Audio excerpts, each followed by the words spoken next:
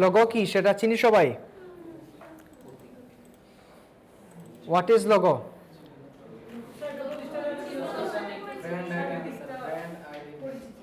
Brand identity, পরিচিতি। আর কি logo বলতে আর কি বুঝেন? চিহ্ন। আর কি? যা বলছেন সবগুলাই রাইট। লোগো বলতে বোঝায় কোনো প্রতিষ্ঠানের চিহ্ন, মার্ক, সিম্বল, গ্রাফিক, টেক্সট এগুলা, অথবা আরও যদি আমরা প্রফেশনালি বলি এটা একটা ব্র্যান্ডের আইডেন্টিটি, ব্র্যান্ডের পরিচিতি, ব্র্যান্ড আইডেন্টিটি। যেমন এটা কীরকম, একজন মানুষের মাথা যদি না থাকে, মুখ যদি না দেখা যায়, তাকে চেনা যায়? চেনা যায় না। একইভাবে একটা কোম্পানির যদি লোগো না থাকে তাহলে ওই কোম্পানিকে চেনা যায় না। প্রত্যেকটা কোম্পানির জন্য একটা করে লোগো ইম্পর্টেন্ট এবং একটা লোগো থাকতেই হবে। ওকে, তো লোগোটা আমরা বুঝলাম কি? Logo is a sign, mark or symbol which is created by combining text and image, যেটা কম্বাইনিং করা থাকে টেক্সট এবং ইমেজের দ্বারা, ইমেজ এবং টেক্সটের কম্বিনেশনে যেটা তৈরি করা হয়। Which identifies a business and promotes public identification and recognition. A good logo conveys what the company does and its brand value. লোগোকে যদিও এটা তৈরি হয় কিসের জন্য? কোম্পানির আইডেন্টিফিকেশনের জন্য, রিকগনিশন এগুলোর জন্য। আর লোগো শুধু আমরা লোগো মানে বলতেছি একটা চিহ্ন, সিম্বল, প্রতীক, এগুলাই তো একটা মার্ক। অ্যাকচুয়ালি লোগো বলতে শুধু একটা প্রতীক বা চিহ্ন বলা হয় না। লোগো, প্রত্যেকটা কোম্পানির লোগো, প্রত্যেকটা প্রতিষ্ঠানের লোগো এক একটা স্ট্রং মেসেজ কি করে ক্যারি করে। প্রত্যেকটা লোগোর পিছনে হিস্টোরি আছে, স্টোরি আছে, একটা স্ট্রং মেসেজ থাকে প্রত্যেকটা লোগোর ক্ষেত্রে। যেমন এখানে অ্যামাজনের নিচে দেখেন একটা স্মাইলের মতো একটা শেপ আছে, হাসলে এরকম স্মাইলের একটা সাইন দেওয়া আছে না? এটা একটু এক্সপ্লেন করেন, এ থেকে জেড পর্যন্ত কেন এই স্মাইলটা দেয়া বা এই আইকনটা, এই এরো চিহ্নটা দেয়া?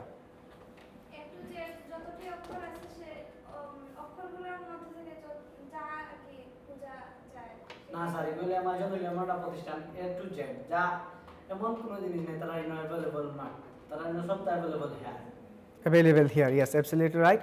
এবং নিচে একটা স্মাইলে একটা শেপ ইউজ করা হয়েছে যেটা দিয়ে হাসি মুখে আপনি সব কিছু এখান থেকে পারচেজ করতে পারবেন। অ্যামাজন একটা ই কমার্স সাইট না? অ্যামাজনে এমন কোনো জিনিস আছে যেটা অ্যামাজনে নাই? সব কিছু আছে। এটাই তাদের সাইকোলজি ছিল। তার মানে একটা মেসেজ আছে না তাদের এই লগোর মধ্যে? ওকে, এবার প্রত্যেকটা লগোর মধ্যে হিডেন অথবা শোন কোনো মেসেজ থাকে। ওকে, মূলত এটাই হলো logo. Then importance of logo design. এই স্লাইডটা আমাদের রিসেন্ট একেবারে নিউলি মেক করা, যার কারণে কিছু স্পেলিং মিস্টেক আছে, কিছু গ্রামারলি এরর আছে, এগুলো এখন আর তাড়াহুড়া করে বানানো হয়েছে, যার কারণে এটা কী করা হয়নি, এখন পর্যন্ত রিভিশন দেওয়া হয় নাই। সো কিছু কিছু মিস্টেক আছে, এগুলো একটু বুঝে নেবেন। ওকে, যেমন ইম্পর্টেন্স অফ লোগো ডিজাইন ছিল, এখানে অফটা কাজ করতে গিয়ে এটা দেওয়া হয় নাই তাড়াহুড়ার জন্য, এরকম কিছু স্পেলিং এরর আছে। ওকে, তো লোগো ডিজাইনের গুরুত্বটা কি? লোগো ডিজাইনের গুরুত্ব এখানে দেখেন, logo graves attention, make a strong first impression, is the foundation of your brand identity, is memorable, separates you from competition, fosters brand loyalty and expected by you audience. কি কি আছে? রিভিলস মানে grave attention, লোগোর কারণে কি হয়, একটা প্রতিষ্ঠানের দিকে আমাদের অ্যাটেনশন বা আকর্ষণ বা কি যায়, আমাদের নজরটা যায়। ধরেন খুব ভালো একটা প্রতিষ্ঠান, ওয়ার্ল্ড ওয়াইড বিজনেস করে, কিন্তু তাদের কোনো লোগো নাই, ওই বিজনেসের নাম কি আমরা ইজিলি মনে রাখতে পারবো? এখন আপনি চিন্তা করেন, আপনাকে বললাম ধরেন কেউ কোনো স্পোর্টস কেয়ার্স কিনতে চায়, তো আমাকে বললো আমি কোনটা কিনবো, আমি বললাম আপনি নাইকের এটা কিনতে পারেন। নাইক বলার সাথে সাথে আপনাদের মাথায় কি জিনিসটা কাজ করে? নাইকের চিহ্ন। এটা কি আপনাদেরকে কেউ শিখিয়ে দেওয়া লাগলো? অটোমেটিক্যালি। কোন ফোনটা ভালো, অ্যাপলের ফোন অথবা ম্যাক নিতে পারেন, কি আসলো আপনাদের মাথায়? অ্যাপলের চিহ্নটা চলে আসছে না? ধরেন এটা গুগল সার্চ করতে পারেন, তো গুগল শোনার সাথে সাথে মাথায় কি চলে আসে? গুগলের লোগো বা গুগল লিখাটা, এটাই তো গুগলের লোগো। এগুলা কি কেউ শিখিয়ে দেয়? এগুলা কেন আমাদের মাথায় সেট হয়ে বসে আছে?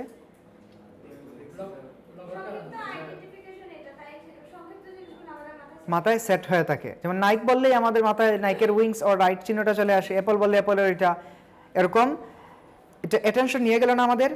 ফুল অ্যাটেনশনটা তার কোন দিকে গেল? লোগোর দিকে। আর লোগোটা মাথায় আসার সাথে সাথে আমরা বুঝে যাই এটা কি ধরনের কোম্পানি, ওরা কি ধরনের সার্ভিস দিয়ে কি প্রোভাইড করে থাকে। ওকে, এখন বলেন লোগোর ইম্পর্টেন্স আছে কিনা? আচ্ছা, এখন যদি গুগলের লোগোই থাকতো না তো চিন্তাম আমরা, গুগল কি চিনতাম না। গ্র্যাব অ্যাটেনশন, গেল। তারপরে রিভিলস ইউর আইডেন্টিটি, নিচে দেখেন ওইগুলো সুন্দর করে পয়েন্ট আউট করে দেওয়া আছে, উপরে ওইগুলো কি কিছু পয়েন্ট আউট করে নিচে দেওয়া। রিভিলস ইউর আইডেন্টিটি মানে আইডেন্টিটিটাকে তুলে ধরে, রিভিল মানে তুলে ধরা। ওকে, যে কোনো কোম্পানি এই যে আইডেন্টিটি বা পরিচয়, যেমন নাইক ওয়ার্ল্ড ওয়াইড এখন বিজনেস করতেছে, নাইক নাম শুনলেই সবাই চিনে ওরা কী ধরনের বিজনেস করে, তার মানে সেটা ওয়ার্ল্ড ওয়াইড ফেমাস হয়ে গেছে না, কিসের কারণে, অনলি ফর লোগো। তারপর ইটস মেমোরেবল, এটা সহজে মনে থাকে, যে কোনো কোম্পানির লোগো থাকলে আমরা সহজে মনে রাখতে পারি। ফস্টার ব্র্যান্ড লয়্যালটি, ব্র্যান্ডের যে লয়্যালিটি আছে সেটাও কি লোগোর উপর ডিপেন্ড করে। অডিয়েন্স এক্সপেক্ট ইট, অডিয়েন্স কি করে, একটা লোগো আশা করে, কারণ কোনো লোগোর যদি মনে করেন টাইম সাইটি কি নাই, লোগো নাই, তখন আপনারা চিন্তা করবেন স্যার আপনার গ্রাফিক ডিজাইন করান, আপনারা তো লোগো ডিজাইন পারেন, আপনাদের লোগো নাই কেন, এটা লোগো থাকা উচিত, এটা আপনারা বলবেন কি না? অবশ্যই, তার মানে আপনারা এটা আশা করতেছেন আমাদের কাছে। এরকম প্রত্যেকটা প্রতিষ্ঠানের কাছে অডিয়েন্স, টার্গেট অডিয়েন্স, কাস্টমার কি করে, তাদের লোগোটা আশা করে। স্ট্রং ফার্স্ট ইমপ্রেশন, প্রথম ইমপ্রেশনটা কোন দিকে যায়, লোগোর দিকে। এটা প্রত্যেকটা কোম্পানির একটা কি থাকে, স্পেশাল লোগো থাকে। Separates you from competition, competition থেকে আপনাকে আলাদা রাখে। এখন আইটি কোম্পানি বা আইটি প্রতিষ্ঠান সিলেটে, পৃথিবীতে, বাংলাদেশে অনেক আছে, তাই না? রেস্টুরেন্ট, পৃথিবীতে অনেক রেস্টুরেন্ট আছে, কফি শপ অনেকগুলো আছে, তারপরে কনসালটেন্সি এজেন্সি অনেকগুলো আছে না? এগুলো কি সবগুলো কি সেপারেট, সবগুলো কি সেম? অবশ্যই না, একটা আরেকটা থেকে ভিন্ন কিনা। এই ভিন্নতাটা কি, তারা কাজের মাধ্যমেই তো ভিন্ন হয়, এবং ওইটাই রিপ্রেজেন্ট করে তাদের logo. Foundation of your brand identity, ব্র্যান্ডের ফাউন্ডেশন, যেমন নাইকের ফাউন্ডেশন কি, তার লোগো, অ্যাপলের তার লোগো, এগুলোই হলো ফাউন্ডেশন। ক্লিয়ার? তার মানে ইম্পর্টেন্ট আছে লোগো ডিজাইনের, অবশ্যই আছে। Types of logo design, logo ডিজাইনের ক্ষেত্র বা টাইপ বা কত প্রকার, প্রকারভেদ, classification. 15 different types of logo and how to use them. এখন 15 প্রকারের লোগো, অনেকগুলো মনে হচ্ছে না? অ্যাকচুয়ালি আমরা যদি এটাকে প্রধানত ভাগ করি দুই প্রকার। কয় প্রকার? একটা হলো আইকনিক আর একটা হলো টাইপোগ্রাফিক। আইকনিক অথবা টাইপোগ্রাফিক, এই হলো দুই প্রকার। এই দুই প্রকারকে ভাগ করলে আসে 5 প্রকার। 5 প্রকারকে যদি আরও কুটিনাটি ভাগ করি আসে 15 প্রকার, বা আরও খুঁজলে আরও বাড়বে। ওকে, দেখেন দুই প্রকার আমরা কি বললাম, আইকনিক এবং টাইপোগ্রাফিক লোগো। এখন এই দুইটাকে ভাগ করার পরে পাওয়া যায় এই 5 প্রকার: ওয়ার্ডমার্ক, লেটার মার্ক, কম্বিনেশন, এমব্লেম, আর এখান থেকে আসলো পিকচরিয়াল বা ব্র্যান্ড মার্ক। এই 5 প্রকারের লোগো পাওয়া যায়। এই এখানে তো দুইটা নাই, দুইটা কি বলছিলাম, আইকনিক এবং টাইপোগ্রাফিক লোগো। সো টাইপোগ্রাফিক এবং আইকনিককে ভাগ করলে আমরা পাই ওয়ার্ডমার্ক পাই, লেটার মার্ক পাই, কম্বিনেশন পাই, তারপরে এমব্লেম, আরেকটা কি বলছিলাম, ব্র্যান্ড মার্ক অর পিকচরিয়াল লোগো। ওই ব্র্যান্ড মার্ক বা পিকচরিয়াল লোগোকেও আবার আইকনিক লোগোর ক্যাটাগরিতে ফেলানো যায়। তারপরে কম্বিনেশন মার্কেও আইকন হিসেবে ধরা যায়, আইকনে। তারপরে লেটার মার্ক, ওয়ার্ড মার্ক, এগুলোকে লেটার বা ওই যে টাইপোগ্রাফিক লোগোতে ধরা যায়। ওকে, এই সবগুলোকেই একটু পরে দেখবেন যে মোটামুটি আপনাদের কাছে সবগুলো সেম মনে হতে পারে। ওকে, তো ওয়ার্ডমার্ক লোগো কি, এখান থেকে আমরা দেখি। ওয়ার্ডমার্ক লোগো হলো ওয়ার্ডমার্ক অর লোগো টাইপ। দেখেন তো নিচে কিছু এক্সাম্পল দেওয়া আছে, এগুলো কি? কোকাকোলা, ওয়ার্ড মানে কি, শব্দ। কোকাকোলা কি, প্রোডাক্টের নাম, ফুল প্রোডাক্টের নামটা এখানে লোগোতে আছে কিনা? কোকাকোলা কোম্পানির ফুল কি আছে? গুগলে GOOGLE, গুগল থাকে কিনা? থাকে। তারপরে মোবিল আছে, টিফানি অ্যান্ড কং, তারপরে কি আছে, সাবওয়ে। এগুলা পুরা ওয়ার্ডটা এখানে লেখা আছে কিনা? তার মানে ওয়ার্ডমার্ক লোগো কোনটা হবে, যেটাতে কি থাকবে, পুরা লেখাটা থাকবে। The most classic form of a logo is the wordmark. এটা অনেক ক্লাসিক একটা ফর্ম লোগোর জন্য। Wordmark logo looks exactly like a letter mark, মানে লেটার মার্কের মতো। লেটার মার্ক আর ওয়ার্ডমার্ক সিমিলার, একেবারেই similar to a letter mark. A wordmark or logo type is a font based logo. এখানে অগো হয়ে গেছে। ওকে, সো এগুলার দিকে খেয়াল করার কোনো প্রয়োজন নেই, আমাদের কাজটা বুঝে এগুলো বানান নিয়ে আমাদের তেমন কোনো সমস্যা নাই। দেখেন, similar to a letter mark, a word mark or a logo type is a font based logo. কি বেস? Font base. তার মানে এখানে ফন্টের উপর ফোকাস করা হয়েছে না। কোকাকোলা আছে, মোবিল আছে, সাবওয়ে আছে, পুরো ওয়ার্ড মার্ক। ওকে, মানে এটা টোটালি বিজনেস নামের উপর, যে বিজনেস বা কোম্পানির নাম, ওই নামের উপর ডিপেন্ড করে এই লোগোটা করা হয়। যেমন that focuses on a business name alone, শুধুমাত্র বিজনেসের নামের বা প্রোডাক্ট অথবা কোম্পানির নামের উপর ডিপেন্ড করে কি করা হয়, লোগোটা মেক করা হয়। যেমন কোকাকোলা একটা কোম্পানির নাম, ফুল কোম্পানির নামটা এখানে, সাবওয়ে একটা কোম্পানি, এখানে পুরোটার নাম, মোবিল একটা কোম্পানি, ফুল কোম্পানির নামটাই দেওয়া আছে। এটাকে বলা হয় কি? ওয়ার্ডমার্ক লোগো। এখন আপনাকে বললো যে কেউ কোনো একজন ক্লায়েন্ট বললো যে I have a realtor business, my business name is XYZ। তখন সে বললো আমাকে একটা ওয়ার্ডমার্ক লোগো বানিয়ে দাও। তখন আপনি কিভাবে বানাবেন লোগোটা? XYZ এইটাকে সাজানোর চেষ্টা করবেন পুরা কোম্পানির নামটাকে। ক্লিয়ার? দেন হলো লেটার মার্ক। দেখেন তো এখানে নাসা আছে, বিবিসি আছে, IBM আছে, TNT আছে, তারপরে ক্যাপ আছে। এখন বিবিসি এটা ওয়ার্ল্ড ওয়াইড না? BBC world wide. এখন আপনাকে কেউ বললো ব্রিটিশ ব্রডকাস্টিং কাউন্সিল, আপনার মাথায় বুঝবেন কিছু এটা? British broadcasting council. কেউ যদি বললো বিবিসি, তখন ইজিলি বুঝে যে এটা কি কাজ করে। ওকে, একইভাবে নাসা, নাসার ফুল মিনিংটা যদি কেউ আপনাকে বলে অত সহজে আমরা বুঝবো না, কিন্তু নাসা বললে আমরা ঠিকই বুঝছি সে কী কাজ করে, স্পেস নিয়ে কাজ করে। ক্লিয়ার? আচ্ছা, তো লেটার মার্কের কাজ হলো লেটার মার্কস আর logos that consist of letter. Letter দ্বারা করা হয় ইউজুয়ালি দ্য ব্র্যান্ডস ইনিশিয়াল, ব্র্যান্ডের ইনিশিয়াল লেটারগুলোকে নিয়ে লেটার মার্ক লোগো করা হয়। যেমন বিবিসি, ব্রিটিশ ব্রডকাস্টিং কাউন্সিল, এটাকে এলাবোরেট করলে এটা আসে। আবার এটাকে যদি আমরা শর্ট ফর্মে দিই BBC, ওইটা নিয়েই লোগোটা করা হলো। এটাকে বলা হয় কি? Letter mark. ওকে, তারপরে a logo mark is uses the initial of each word. আচ্ছা, যেটা এখানে এক কথাই আবার একটু আলাদা করে লেখা। তো আমরা লেটার মার্ক হিসেবে কি পেলাম? শুধুমাত্র কোম্পানির ইনিশিয়াল লেটারগুলো নিয়ে লেটার মার্ক লোগোটা তৈরি করা হয়। এটা দেখতে অনেকটা কিসের মতো লাগে? ওয়ার্ড টাইপ লোগোর মতো লাগে। আচ্ছা, তারপরে আসলো মনোগ্রাম লোগো। এখানে এগুলো দেখে আপনারা বলেন তো মনোগ্রাম লোগোগুলো কিসের মতো মনে হতে পারে? প্রত্যেকটা আমাদের লেটার আছে কিনা? যেমন LV, লুইস ভিশন, লেটার আছে কিনা? LV, NY, SYL, তারপরে কি আছে? চ্যানেল, উইলস্টা, W আছে না? আচ্ছা, তো এগুলা মনোগ্রাম আলাদা একটা টাইপ করা হয়েছে। বাট আমরা যদি এটাকে কিসের মতো, এই যে মনোগ্রাম লোগোস আর similar to letter mark, letter মার্কের সাথে কি এটা similar, but they do not have a noticeable but they do have a noticeable visual different. এখন দেখেন তো এখানে লেটার মার্ক ছিল, লেটার মার্ক শুধু লেটার দিয়েছিল, বাট এইখানে নোটিসেবল লক্ষ্য করার মতো কিছু ভিজুয়াল ডিফারেন্স আছে। যেমন প্রত্যেকটা একটু স্টাইল করে রাখা না, যেমন LV বা লুইস ভিশন, এটা কিছু মানে নর্মাল লেটার রাখা না, একটু লেটারগুলোর মধ্যে একটু স্টাইল করা। NY, তারপরে SYL, চ্যানেল, তারপরে প্রথমটা আছে আন্ডার আর্মার, এগুলোর মধ্যে একটু স্টাইল ইউজ করা আছে কিনা? লেটারগুলোর মধ্যে একটু স্টাইলিশ করা আছে। ওকে, বাট এগুলো কি করা হয়? কোনো ব্র্যান্ডের ইনিশিয়াল লেটার নিয়ে লোগো করা হয়, যার কারণে এটা সিমিলার হয়ে যায় কিসের সাথে? লেটার মার্কের সাথে। কেউ যদি এটাকে লেটার মার্ক বলে তাও ভুল হবে না, বাট ক্যাটাগরির দিক দিয়ে এটা কিসে এসে পড়লো? Monogram logo. আচ্ছা, তারপরে আসলো কম্বিনেশন মার্ক লোগো। কম্বিনেশন মানে আমরা বুঝি সমন্বয় করা, দুই combined or combination or combination mark. A combination mark logo is a visual and a word in a composition together. This type of logo allows your brand to be easily recognizable because it uses two design elements that represent your brand. Okay, এখানে কিভাবে দুইটা জিনিস একসাথে ব্র্যান্ডকে recognise করতেছে? দেখেন, প্রথমে লেকস্টি যেটা আছে তার আইকন আছে, তার কোম্পানির প্রতীক যেটা সেটাও আছে, নিচে কোম্পানির নামও লেখা আছে। মাস্টার কার্ডের ক্ষেত্রে দেখেন মাস্টার কার্ড লেখাও আছে, আবার কোম্পানির তার লোগোর যে আইকন সেটাও দেওয়া আছে। তার মানে দুইটা কম্বাইন করা আছে কিনা? আইকন এবং শেপ, আইকন এবং নাম দুইটা কম্বাইন আছে না? তারপরে দেখেন পেপসি, এখানে পেপসির কোম্পানির নামও আছে আবার আইকনও আছে।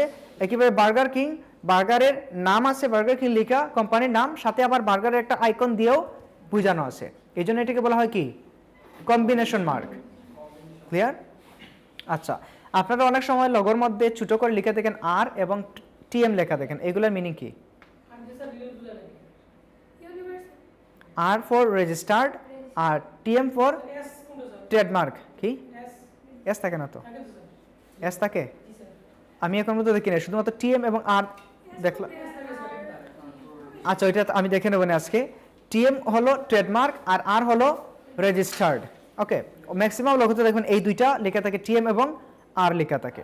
ওকে, সো কম্বিনেশন লোগোটা বোঝা গেল। যেমন এডিটরের ক্ষেত্রে দেখেন তাদের আইকনও আছে আবার লেখাটাও আছে। তারপর আসলে এমব্লেম লোগো। কি? এই তো রেজিস্টার্ড লোগো, তাদের কোম্পানির রেজিস্টার্ড। এটা কেউ কখনোই আর সেকেন্ড টাইম ইউজ করতে পারবে, অন্য কোনো কোম্পানি দিলেই ইউজ করলে কি কপিরাইটের মামলা হবে। ওকে, তারপরে আসলে এমব্লেম লোগো। এমব্লেম বলতে বোঝায় মোটামুটি এগুলা ট্রেডিশনাল লোগো। একটু আপনারা খেয়াল করেন প্রত্যেকটা লোগোর মধ্যে অনেকগুলো এলিমেন্টস আছে কিনা? অনেকগুলো এলিমেন্টস, এটা কি সিম্পল না অনেক একটু গর্জিয়াস? গর্জিয়াস। আচ্ছা, emblems are the oldest types of logo design. Logo ডিজাইনের সবচেয়ে ওল্ডেস্ট টাইপ হলো কি? Emblem. Think of seals, crest, stamps, prestige school logo or government agencies. An emblem is a logo type that features text, a symbol or imagery inside a geometric shape. কয়টা কথা বললো? Text, কি কি feature থাকবে? Text থাকবে, symbol থাকবে, image অথবা কোনো সিন থাকতে পারে, ইনসাইড এ জিওমেট্রিক শেপ, একটা জিওমেট্রিক শেপের ভিতরে। ওকে, দেখেন তো এখানে প্রথমে যে আছে মোটর সাইকেল, হার্লি ডেভিডসন, ওয়ার্ল্ডের বেস্ট মোটরসাইকেল কোম্পানি যেটা হার্লি ডেভিডসন, আমেরিকান কোম্পানি, তাদের লোগোটা দেখেন এমব্লেম মার্ক লোগো। কিভাবে? তাদের টেক্সট আছে, তারপরে এখানে কোনো ইমেজ নাই, বাট একটা নির্দিষ্ট একটা পার্টিকুলার শেপের মধ্যে, একটা জিওমেট্রিক শেপের মধ্যে এটা কম্বাইন করা আছে কিনা? কম্বাইন করা আছে। এরপরে দেখেন স্টারবাকস কফি, এটাও এমব্লেম লোগো, যেমন এখানে একটা ইমেজ আছে এবং এটার যখন এটা তৈরি করা হয় তখন তার সাইডে উপরের দিকে স্টারবাকস লেখা ছিল, আর এখন এতটাই ফেমাস এবং পপুলার হয়ে গেছে এখন আর তারা নাম লিখে বোঝানো লাগে না, আমরা স্টারবাকস কফি আইকন দেখলেই ওয়ার্ল্ড ওয়াইড মানুষ এটাকে চিনে। এটাও একটা এমব্লেম লোগো, যেটা আগে লেখা ছিল এখন লেখাটা তুলে দেওয়া হয়েছে, বা এখনো কোনো কোনো জায়গায় লেখাটা ওরা ইউজ করে। উপরে লেখা ছিল স্টারবাকস, নিচে ছিল কফি, আর মধ্যখানে ছিল এই ইমেজটা। একটা সিনারি অথবা ইমেজ আছে না এখানে? আছে, এবং একটা জিওমেট্রিক শেপের মধ্যে আছে, সার্কেলের ভিতর। ওকে, তারপরে যেটা আছে দেখেন প্যারামাউন্ট, এখানে মাউন্টেনের ছবি আছে এবং শেপ আছে, স্টার আছে, টাইপোগ্রাফি আছে, তো সব কিছু আছে কি না? আছে। এবং এইটা কি it has the power to give a traditional feel to your brand. Emblem লোগোর একটা পাওয়ার আছে যে ব্র্যান্ডের মধ্যে একটা ট্রেডিশনাল ফিলিংস ক্রিয়েট করে। ম্যাক্সিমাম ট্রেডিশনাল কোম্পানি, অনেক আগের কোম্পানি দেখবেন এমব্লেম লোগো থাকে, ইভেন যে স্পোর্টস ক্লাব যেগুলো আছে ওইগুলো কি থাকে? এমব্লেম লোগো, অনেক কিছু দেখবেন ওইগুলোতে এড করা থাকে। ক্লিয়ার? ওকে, দেন হলো লেটার ইনসাইড শেপ, মোটামুটি একই টাইপেরই। লেটারের কি শেপের মধ্যে লেখা, শেপের ভিতরে কি থাকবে? Letter inside shape logo. Simple, দেখেন প্রত্যেকটা এখানে ফোর্ড আছে, নিশান আছে, তারপর লেবিস আছে, এগুলো দেখেন কিসের মধ্যে? শেপের মধ্যে আছে না? সিম্পল।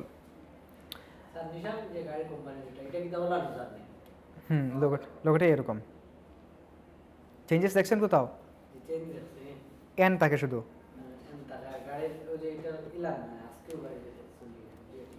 একটু কোনাকুনি করা থাকে কি? আপডেট, এটা হয়তো আগের লোগোটা দেয়া। ওকে, তারপরে দেখেন নেগেটিভ স্পেস লোগো, এই লোগোগুলো খুবই স্পেশাল হয়। একটু আপনারা দেখেন তো মধ্যখানে এটা কি লেখা? প্রথমটা কি? প্রথম লোগো কি? Girl scout. এরপরেরটা কি? কিভাবে বুঝলেন ইউএসএ? এখানে এস আছে।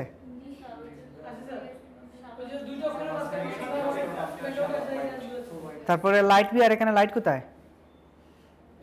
লাইট বিয়ার 4 নাম্বারটা। তারপরে দেখেন র্যাবিট, কিছু দেখা যায় র্যাবিটের ভিতর? এগুলা অ্যাকচুয়ালি নেগেটিভ স্পেস। তো আমরা নেগেটিভ স্পেস কোনটা ছিল যেটা ডিজাইনের স্বার্থে আমরা ছেড়ে দিতাম, ডিজাইনের স্বার্থে ছেড়ে দিতাম যে কোনো জায়গায়, একটা ফ্লায়ার বলেন, বিজনেস কার্ড বলেন, অনেক খালি জায়গা থাকতো না, এগুলো ছিল নেগেটিভ স্পেস। ওইগুলা স্পেশালি নেগেটিভ স্পেসটার লগতে ইউজ করা হয় একটা মিনিং দাঁড় করানোর জন্য। যেমন ইউএসএ, মধ্যখানটা গ্যাপ, কিছুই নাই এখানে, বাট এখানে আমরা ইজিলি ইউএসএ দেখতে পাচ্ছি, এস দেখতে পাচ্ছি না? কিভাবে? দুইটা লেটারকে এমনভাবে সাজানো হলো, সাজানোর পরে এখানে এস ছিল, এসটাকে কেটে দেওয়া হয়েছে নেগেটিভ স্পেসের জন্য। তারপরে এই যে হর্সের ভিতরে একটা উইমেন ফেস দেখা যায়, তারপরে গার্ল স্কাউট, এখানে একটা গার্লের ফেস দেখা যায়। এগুলা মধ্যখানে কিছু নেই, এগুলো ফাঁকা জায়গা, কিন্তু এগুলোকে এমনভাবে অ্যারেঞ্জ করা হলো ভিতরটা মনে হচ্ছে যে একটা কি কিছু আছে এখানে। তারপর রেবিট একই রকম, লাইট বিয়ার, দেখেন একটা লাইটের কি আছে, বিয়ারটা বসে আছে কিন্তু মনে হচ্ছে কি লাইট আছে। Clear? Negative space logos are a unique creative option for any brand. The visual idea of negative space is to use empty areas to depict a symbol, shape or graphic. It can be a subtle effect or a very clear one that depends on what you are aiming to achieve. দেখেন ওরা যে মানে এটা negative স্পেসটা কি হয়, এমন একটা ইফেক্ট বা কিছু থাকে যেটা দিয়ে আমরা যেটা এইম বুঝাতে যাচ্ছি আমাদের সে লক্ষ্যটা কি হয়, অ্যাচিভ হয়ে যায়। যেমন ইউএসএ আমরা এসটা বুঝাতে যাচ্ছি বাট মধ্যখানে এস আছে, কিন্তু অডিয়েন্স ঠিকই এটা কি ইউএসএ নেটওয়ার্ক পড়বে। তারপরে রেবিট, এখানে অবশ্যই কি নাই, কোনো খরগোশ নাই, কিন্তু দেখতে মনে হচ্ছে একটা খরগোশের ফেস আছে। যেমন আপনারা কিছুদিন আগে যখন আমরা স্পেস নিয়ে কথা বললাম স্পেস, তখন আপনারা বলছিলেন যে উপর থেকে পাখি, নিচের দিকে আছে মাছ, দুইটা ব্যাকগ্রাউন্ড। অ্যাকচুয়ালি এখানে যে কোনো একটা জিনিসই ছিল, স্পেসিংয়ের কারণে দুইটা জিনিস মনে হয়েছিল। তারপর দেখছেন দুইটা ফেস মুখোমুখি করা ছিল শুধুমাত্র কালারের কারণে। যখন আমরা এটাকে হোয়াইটে নিয়ে গেলাম তখন মনে হচ্ছিল একটা দাবার কোন এই জায়গার মধ্যে এরকম ছিল না একটা ইমেজ, দুইটা ইমেজ। এগুলো কি দিয়ে করা ছিল? Only for negative space. Clear? Okay, তারপরে letter form logo. Letter form অনেকটা লেটার মার্কের মতোই, শুধু একটু changes. Letter forms are the minimal cousins of monogram that consist of letter. The style of logo is perfect for brands that appreciate the simplicity. যে ব্র্যান্ডগুলা সিম্পলিসিটিকে প্রাধান্য দেয় ওদের জন্য লেটার ফর্ম লোগোটা পারফেক্ট। কি জন্য? দেখেন ম্যাকডোনাল্ডস শুধুমাত্র এম দেয়া, আর কিছু আছে? শুধুমাত্র এম লেখা। তারপরে ইয়াহু শুধুমাত্র কি ওয়াই। এগুলো দেখলে কি আমরা বুঝে যাই না? বুঝে যাই। এবং এটা অনেকটা লেটার ফর্মের মতো। যেমন লেটার ফর্মটা কি ছিল? লেটার মার্ক ইনিশিয়াল লেটারগুলো নিয়ে নিই, যেমন বিবিসি, নাসা, এগুলো কি ছিল? Letter mark. ইনিশিয়াল লেটারগুলোকে নিয়ে এসে করা, এইটাও অনেকটা লেটার মার্কের মতো, বাট এখানে শুধু কি ইনিশিয়ালি একটা লেটার থাকবে।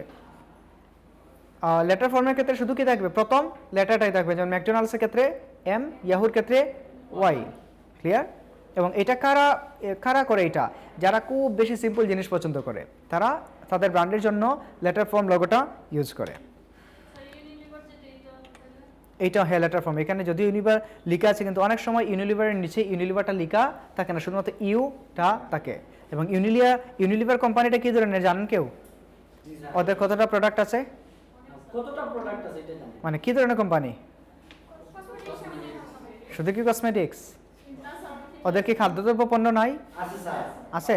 ওদের কি ব্যবহার্য কিছু আছে? কসমেটিক্স আছে, তারপরে এই যে শ্যাম্পু সাবান এগুলো আছে, ইউনিলিভার শ্যাম্পু সাবান আছে স্যার। অনেক কিছু। এটা ইউনিলিভার হলো একটা প্যারেন্ট কোম্পানি। একটা পিতামাতা যে অনেকজন সন্তান থাকে, ইউনিলিভার হলো প্যারেন্ট। আর এগুলা এই যে ইউনিলিভারের লোগোর মধ্যে দেখেন সব কিছু। এই লোগোটা নিয়ে যদি আপনারা রিসার্চ করেন, এই যে দেখেন এখানে মৌমাছি আছে, এখানে গ্লাস আছে, এই যে পাখি আছে, এই যে এখানে দেখেন, এই যে দেখেন এখানে গাজরের ছবি আছে, এই যে এখানে শার্ট প্যান্ট পোশাকের ছবি, এই যে মাছ, তারপরে এই যে হাত, এই যে তারপরে এখানে লিপস, তারপরে এই যে আইসক্রিম, অনেক কিছু আছে না এখানে। তারা অনেক ধরনের প্রোডাক্ট কি করে ইউনিলিভার কোম্পানির মাধ্যমে করা হয়। ওকে, যার কারণে এই যদি কোনো কোম্পানি এরকম প্যারেন্ট কোম্পানি হয় আর তার আরও যদি কোনো সাব কোম্পানি থাকে, তখন তারা এমন একটা ছাতার মতো একটা লোগো বানাতে হয় যেই একই লেটার অথবা একই লোগোর মধ্যে তার সবগুলা কি প্রোডাক্ট অথবা সবগুলা মার্কেট অথবা তার সবগুলা সাব কোম্পানি যেগুলো আছে এগুলো একটা ওয়ার্ডের মধ্যে বা একটা মার্কের মধ্যে কি হবে? ইনক্লুড থাকবে। ইউনিলিভারটাই একই রকম। আমরা এটাকে নর্মালি ইউ মনে করি, বাট এটার মধ্যে খুঁজে দেখবেন আপনারা তার প্রোডাক্টের প্রত্যেকটা বিবরণ দেওয়া আছে। ওকে, ইয়েস স্যার।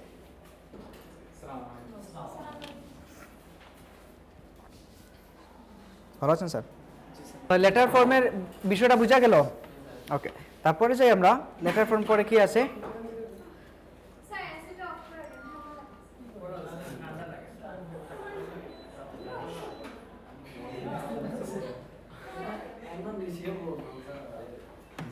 আমি আছি বাংলাদেশে, আমার গরমও লাগতেছে না ঠান্ডাও লাগতেছে না। এদিকে কেউ আছেন ইউরোপে আর কেউ আছেন মনে করেন মিডল ইস্টে, আমি বাংলাদেশে বসা।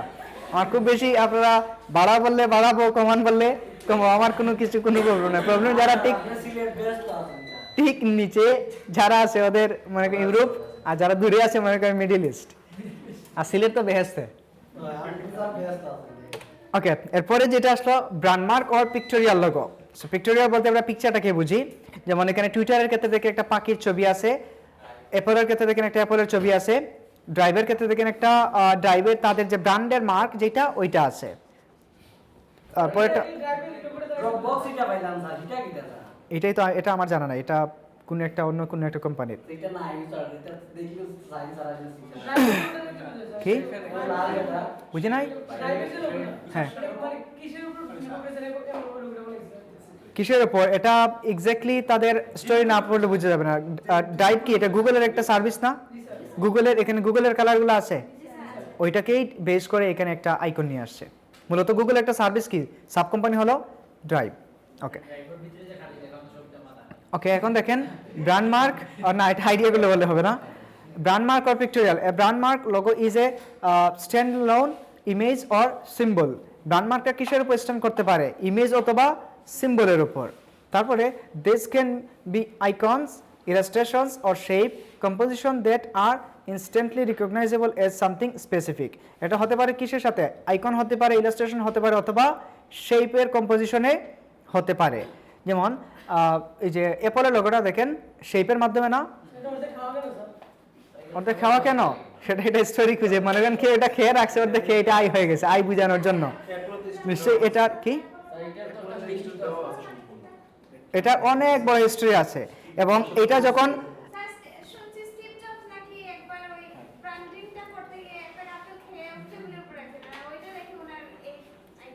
স্টিভ জবস, এই লোগোটা স্টিভ জবস ডিজাইনও করে নাই। এইটা হলো বাংলাদেশি লোগো হিস্ট্রি। আচ্ছা, এখন অ্যাপলের লোগোটা 1976 সালে ডিজাইন করা হয় প্রথম যে লোগোটা, এবং এইটা প্রথমে যেটা ডিজাইন করেছিল এটার ধারে কাছেও নাই। এখন এটা ওয়ার্ল্ড ওয়াইড মানুষ এক নামে চিনে, অ্যাপল আর ম্যাক বললে এক নামে মাথায় এটার চিহ্ন আসে। কিন্তু প্রথমে যেটা করা হয়েছিল এটা এতটাই এলাবোরেট করা ছিল, এতটাই এমব্লেম ছিল যেটা মানুষ সহজে মনে রাখতে পারতো না। ঠিক 1 বছরের মাথায় এটা চেঞ্জ করা হয়। চেঞ্জ করে আরেকজন ডিজাইনার, এরকম রব কি নাম, একটু পরে আমি দেখাবো, এটা সে এই ডিজাইনটা করলো। ডিজাইনের মধ্যে 7টা রংধনুর কালার ছিল, এইটাই ছিল আইকন, সেম ছিল, রংধনুর 7টা কালার ছিল। তারপরে এটার মধ্যে এই যে কর্নার যেটা কাটা, ওইটার মধ্যে অ্যাপলটা লেখা ছিল। তারপরে এর পরের বছর এটাকে শুধুমাত্র আইকন টিক রেখে অ্যাপল লেখাটা তুলে দেওয়া হয়। আসেন আমরা এটাকে দেখে আসি, তাহলে দেখলে আপনাদের বুঝতে সুবিধা হবে। অ্যাপল ওল্ড লোগো লিখে সার্চ করতে পারেন। এই যে এটা হলো অ্যাপলের ওল্ড লোগো, একেবারে প্রথম লোগো। দেখেন নিউটন বসে আছে গাছের নিচে এবং একটা আপেল এখানে, এবং এই আপেলকে খুব বেশি হাইলাইট করে রাখা হয়েছে এই সব কিছুর মধ্যে। বাট এখন দেখেন তো এখানে অ্যাপল কোম্পানি লিখাও ছিল তখন, অ্যাপল কম্পিউটার কোম্পানি। বাট এটা মানুষ মনে রাখতে পারেনি, এটা মানুষ বুঝতেও পারেনি, মনেও রাখতে পারেনি। এটা মনে কেমনে রাখবে? দেখেন এখানে একজন মানুষ বসে আছে, সাবজেক্ট কয়টা এখানে? তো সাবজেক্ট আমরা এখানে বেশি ফোকাস করি, মানুষের দিকে যাচ্ছে। কারণ অ্যাপলটা ছোট্ট জিনিস, এটা নিউটনের মাথার উপর আছে, ওইদিকে মানুষ এত বেশি এটা মনে রাখতে পারে নাই, কেউ মনে রাখতে পারে নাই। ঠিক এরপরের বছর মানে আরেকটা ইংলিশ ছিল, এই যে এখানে এতগুলা কালার কি জন্য, সেগুলোর একটা মার্ক এখানে দেয়া আছে। আচ্ছা, এটা ডিজাইনের নাম সহ ছিল একটাতে, কোনটায়? এটা এইটা, এই যে দেখেন এটা 1976 সালে রোনাল্ড ওয়াইন এটা ডিজাইন করলো। তার ডিজাইনটা একেবারে 1 বছরের মাথায় এটা চেঞ্জ করে রব জেনফ নামে আরেকজন ডিজাইনার এটাকে ডিজাইন করে। এখানে অ্যাপল লেখা ছিল এই যে। তারপরে এটাকে রংধনু 7টা কালার দেওয়া হয়। পরের বছর আবার কী করা হয়, 1984 সালে এটা চেঞ্জ করা হয়। চেঞ্জ করে শুধুমাত্র লেখাটা তুলে দেওয়া হয়। ওরা পরিচিতি লাভ করলো এই লোগোটার মাধ্যমে। এটা তাদের সাকসেসফুল লোগো। এখন পর্যন্ত এটাই রব জেনফের লোগোটাই এখনও চলতেছে। ইভেন আরও হয়তো 100 বছর, 150 বছর বা 200 বছর চলতে পারে ওরা যদি চেঞ্জ না করে। রিসেন্ট এটাকে চেঞ্জ করে এই কালার নিয়ে আসা হয়েছে। মধ্যখানে ছিল গ্রেডিয়েন্ট কালার এটা, তারপরে হালকা কী করে নিয়ে আসলো ওয়াটারমার্ক বা এই যে সিলভার কালারটা, তারপরে আরেকটু চেঞ্জ করলো। চেঞ্জ করার পরে এখন একেবারে ফ্ল্যাট, একেবারে ফ্ল্যাট এইটাই চলছে। এটা হয়তো আরও কয়েকশো বছর চলবে, বা এটা ওরা যদি চায় 5-10 বছর পরে আবার চেঞ্জ করতেও পারে। তবে মূল থিমটা কি চেঞ্জ হবে? আর থিমটা চেঞ্জ হবে না, কারণ এটা দিয়ে ওরা কিন্তু মার্কেট ধরে ফেলছে, ওয়ার্ল্ড ওয়াইড এটা দিয়েই পরিচিত। ক্লিয়ার? আচ্ছা, এই গেল অ্যাপলের লোগো। এটা প্রথমটা দেখছিলেন কেউ কখনো? আজকেই ফার্স্ট। এটা যদি অ্যাপলের কোম্পানি দেখেন আপনারা চিন্তা করেন এটা হয়তো আরও কোন অ্যাপল কোম্পানি, এটা মাথায় আসতো না। আচ্ছা, এটা গেল brand mark or pictorial. Clear? Initial কোনো ইমেজ থাকতে পারে, অথবা কি থাকতে পারে, পিকচার থাকতে পারে, অথবা এখানে কি image or symbol. Clear? Okay. তারপরে হলো অ্যাবস্ট্রাক্ট লোগো। অ্যাবস্ট্রাক্ট লোগো কোনটা? যেটা হলো abstract logo are made up of an image without any letters. শুধু লেটার ছাড়া অথবা শুধু ইমেজ দিয়ে করা হয়, যেটা সেটা কি abstract logo. In some cases it may begin as a symbol and then transform into an abstract scene. Normally কি করা হয়, এটাকে একটা শেপ নিয়ে তৈরি করা হয় অথবা সিম্বল নিয়ে তৈরি করা হয় এবং এটাকে কাজ করতে করতে ট্রান্সফর্ম করতে করতে এটা কি হয়ে যায়, অ্যাবস্ট্রাক্টে রূপান্তর হয়ে যায় বা একটা অ্যাবস্ট্রাক্ট সিন চলে আসে। যেমন এখানে দেখেন পেপসির যে লোগোটা, এটা সার্কেল দিয়ে করা না, বাট মধ্যখানটা কি করা, কাটা। তারপরে এই যে অলিম্পিকের লোগোটা দেখেন সার্কেল দিয়ে তো করা, বাট ওইটা কাজ করতে ট্রান্সফর্ম করতে করতে কি হলো, একটা অ্যাবস্ট্রাক্ট রূপ আসলো। তারপরে এই যে বিপির লোগোটা, ব্রিটিশ পেট্রোলিয়াম, এটাও দেখেন একটা ফ্লাওয়ারের মতো না, বাট এটাও কি ব্রিটিশ পেট্রোলিয়াম। ওকে, দেখেন তো এখানে ফ্লাওয়ারের মতো লাগতেছে, বাট এগুলো টোটাল কি দিয়ে করা, শেপ দিয়ে, এবং শেপকে কাজ করতে বা ট্রান্সফর্ম করতে করতে এটা হয়ে গেছে কি অ্যাবস্ট্রাক্ট ফর্ম। ওকে, বুঝা গেছে অ্যাবস্ট্রাক্ট। এগুলা কি থাকবে, শুধুমাত্র আইকন থাকবে, সিম্বল থাকবে, উইদাউট এনি লেটার। বাট অবশ্যই এগুলার পরিচিত লোগো, বাট প্রফেশনালি কোন জায়গায় ইউজ করা হলো এটা নিচে নামটাও লিখে থাকে, কোম্পানির নাম। ওকে, দেন হলো মাস্কট লোগো। মাস্কট লোগো আপনারা দেখে বলেন তো এটা কি টাইপের লোগো?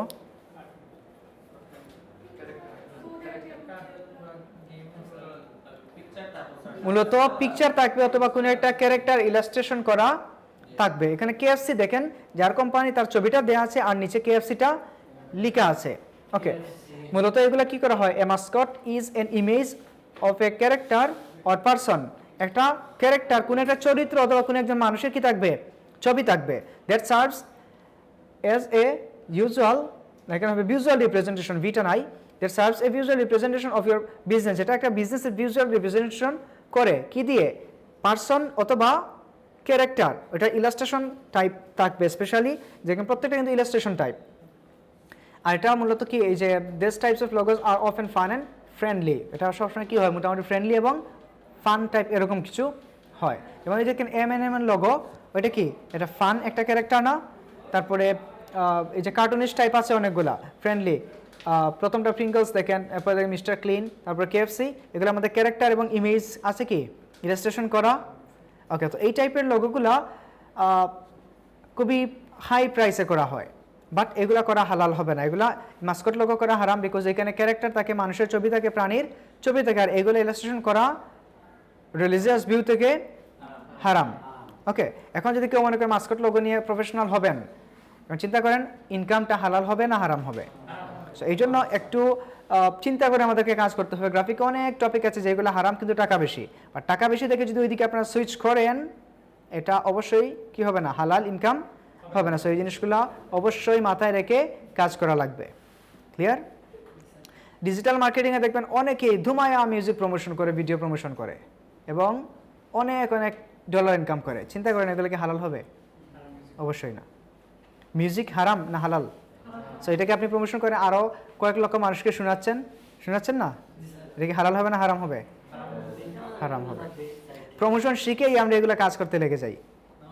প্রমোশন শিখেই যে বিভিন্ন প্রমোশন আছে না, এগুলো শিখেই ধুমাইয়া কাজ করি, আর স্ক্রিনশট দেই, $1 ইনকাম, $1 ইনকাম।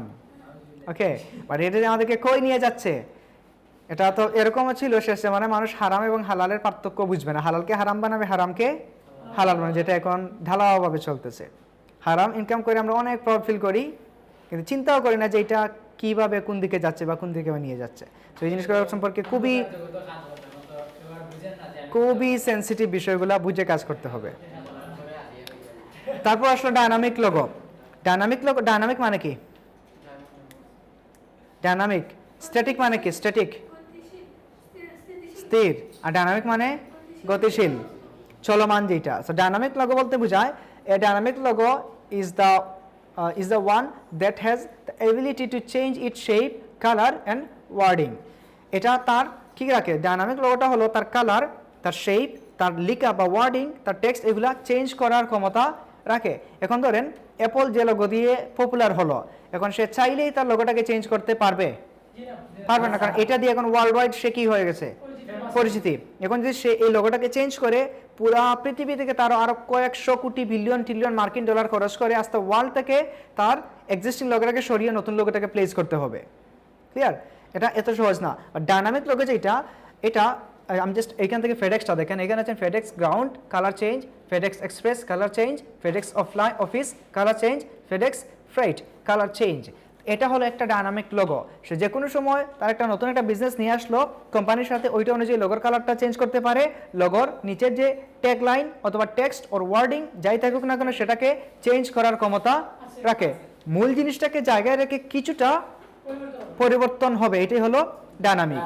সে তার ডিজাইনের শেপটা চেঞ্জ করতে পারে, কালার চেঞ্জ করতে পারে, প্রয়োজনে তার ওয়ার্ডিং বা যে ইনিশিয়াল যে লিখাটা থাকে ট্যাগলাইন স্লোগান এগুলা প্রয়োজনে কি করতে পারে, চেঞ্জ করতে পারে। এটাকে বলা হয় ডায়নামিক লোগো।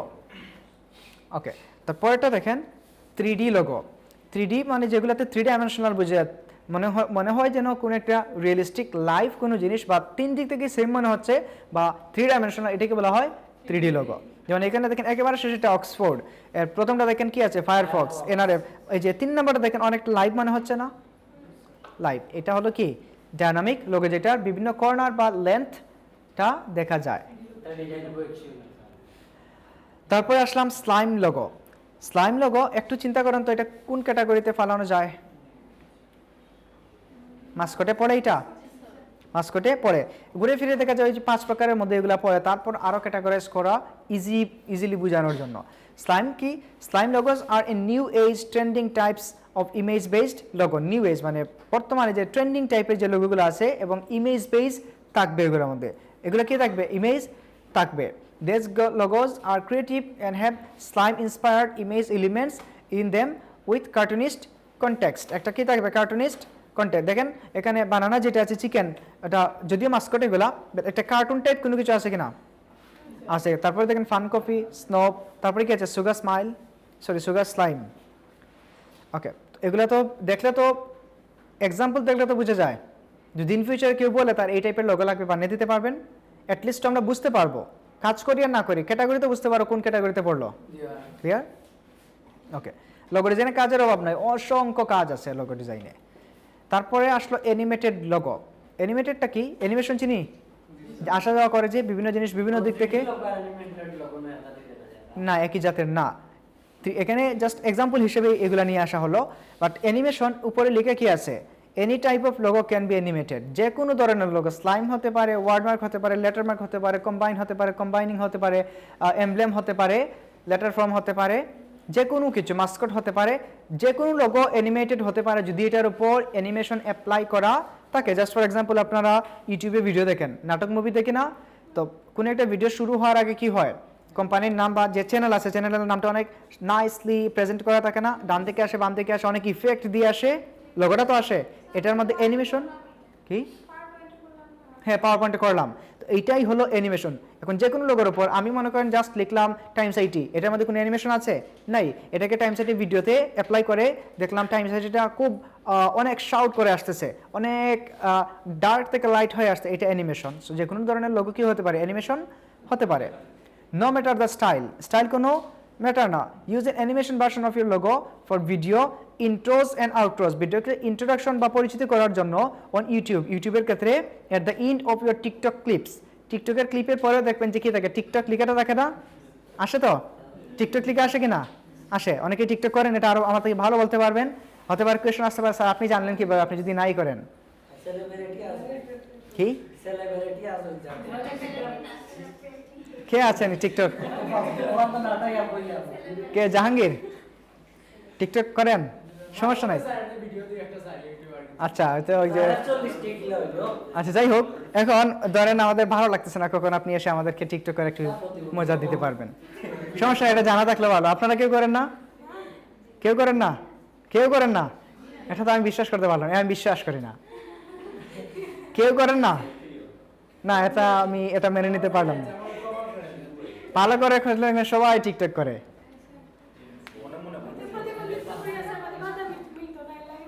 আচ্ছা যাই হোক, তো যে কোনো ডিজাইনের বা যে কোনো কিছুর শেষে যেটা অ্যানিমেট করা হয় এটাই কি? Animated logo. এখন এটা যে কোনো জায়গায় হতে পারে, প্রথমে হতে পারে বা শেষে হতে পারে। ওকে ফাইন, এই গেল লোগোর প্রকারভেদ, 15টা প্রকারভেদ। আশা করি এগুলা বুঝতে পারতেছেন, শুধু বাংলা কথাই তো বলতেছি, খুব জটিল কিছু না। আচ্ছা এখন আসেন প্রিন্সিপাল, এগুলো আমাদেরকে বুঝতে হবে। Principles of logo design. কিছুদিন আগে আমরা লোগো ডিজাইনের আমরা প্রিন্সিপাল পড়ছিলাম 7 প্রিন্সিপালস অফ ডিজাইন, মনে আছে এগুলা? কি হ্যাঁ, এমফাসিস, রিপিটেশন, না প্রক্সিমিটি এটা গত ক্লাসে পড়লাম।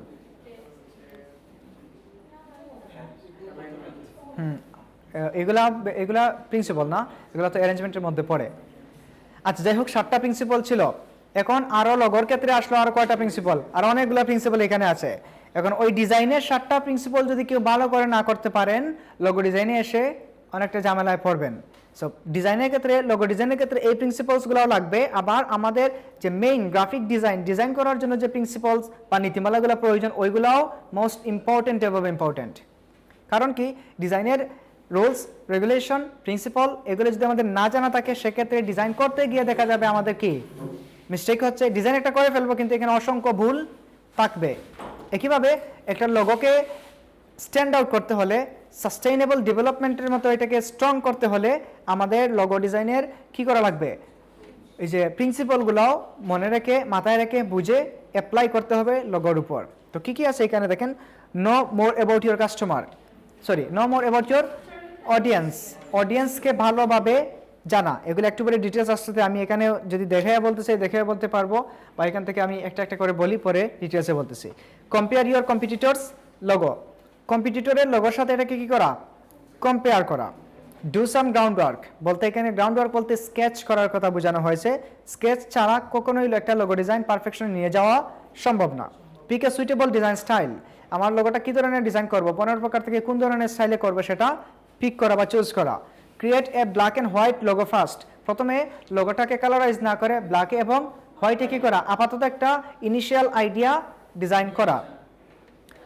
দেন স্মার্টার ইউজ অফ কালার প্যালেটে স্মার্ট ইউজ করা। Then size and scalability are important. Size এবং স্কেলেবিলিটি কি, সাইজ আমরা বলতে বুঝি লোগোর যে সাইজ, স্কেলেবিলিটি মানে বা স্কেলেবল মানে কি, টেনে ছোটো বড়ো করলে যাতে এটার কোয়ালিটি, এটার সাইজ, এটার পোর্শন, এটার রেশিও যাতে নষ্ট না হয়, সেটাকে বলা হয় স্কেলেবিলিটি। মানে যে কোনো জায়গায় বিজনেস কার্ডের জন্য লোগো প্রয়োজন এত বড়, ছোট্ট লোগো, এটাকে যদি ফ্লায়ারে দেওয়া হয় আর একটু বড় করা লাগবে। এটাকে যদি 30 ইঞ্চি বাই 50 ইঞ্চির কোনো ব্যানার অথবা বিলবোর্ডে দেওয়া হয় তাহলে আরও বড় করে দেওয়া লাগবে না? এটাকে তো ডিজাইনাররা টেনে বড় করবে স্বাভাবিকভাবে, যাহাতে ডকুমেন্ট বড়, আমার আইকনটাও সাইজও বড় হতে হবে। এখন এটাকে বড় করতে গিয়ে মনে করেন 30 ফুট বাই 50 ফুটের কোনো ব্যানারে যদি একটা লোগো বসানো হয়, এটাকে টান দেওয়ার পরে যদি দেখা যায় লোগোটা ফেটে গেল, লোগোটা আইকন বা এলিমেন্টসগুলো ফ্র্যাগমেন্ট হয়ে গেছে, তখন কি স্কেলেবিলিটি থাকবে? অবশ্যই না, লোগোটা নষ্ট হয়ে যাবে না? যেটা আপনাদেরকে আমি দেখাইছিলাম, সেই বিল্ডার বা ওই যে উইড টুল দিয়ে একটা লোগো বানাইছিলাম, স্ট্রোক নিয়ে উইড টুল দিয়ে হালকা টান দিয়ে একটা লোগোর মতো ঘুরে বানাইছিলাম না? পরে ওইটাকে যখন টান দিয়েছিলাম বড় করার জন্য, এটা কি হয়েছিল, অনেক চ্যাপ্টা হয়ে গেছিল না, ছোটো হয়ে চিকন হয়ে গেছিলো। তারপর যখন এটাকে স্কেল করে আমি ছোটো করলাম, তখন এটা কি ছিল, একটু আরও বেশি চ্যাপ্টা হয়ে গেছিলো। এটা মধ্যে স্কেলেবিলিটি ছিল না। পরে এটাকে আমরা যখন এক্সপান্ড করে এটাকে শেপে বানালাম, তখন ইচ্ছা মতো ছোটো বড়ো করার পরও কি হয় না, এটা নষ্ট হয়নি। মূলত এটাই হলো scalability or scalable. Use the right typography বলতে আইকনের সাথে বা লোগোর বা যে কোনো কোম্পানির লোগোর যাতে আমরা টাইপোগ্রাফি যেন নাইস হয়। যেমন এখন টাইমস আইটি হলো কি একটা আইটি প্রতিষ্ঠান, এখানে টাইপোগ্রাফিটা দেখেন সেন্সারি ফন্টের মধ্যে রাখা। এখানে যে টাইমস আইটি স্ক্রিপ্ট ফন্টে রাখা হতো, বুঝে যেত? এটা কি যাবে এটার সাথে? আচ্ছা, যাবে না, সেটা নর্মালি রাখতে হবে। এখানে একটা বিউটি কোম্পানি, এটা মনে করেন বিউটি পার্লার, এটাকে যদি আমরা স্ক্রিপ্ট ফন্ট দেই, এটা কি ভুল হবে? মনে করেন বিউটি অ্যান্ড স্পা লিখবো, ওইগুলোতে দেখবেন টানা হাতের অক্ষর থাকে এবং ওদের সাথে এটা যায়ও। এটাই হলো use the right typography. Keep the design simple, ডিজাইনকে সিম্পল রাখতে হবে। Make it scalable and versatile, scalable একটু আগে যেটা বললাম, ভার্সেটাইল মানে যে কোনো জায়গায় এটাকে ঢালাওভাবে ইউজ করা যাবে। এটাকে হতে পারে বিজনেস কার্ড ইউজ হবে, ফ্লায়ার ইউজ হবে, এগুলো প্রিন্ট এলিমেন্টের ক্ষেত্রে এটা ওয়েবসাইট ইউজ হবে, এটা সোশ্যাল মিডিয়া পোস্ট ইউজ হবে। ওয়েবসাইটে যাওয়ার পর যাতে একটা কালার ঠিক থাকে, এটার সব কিছুর কম্বিনেশন ঠিক থাকে।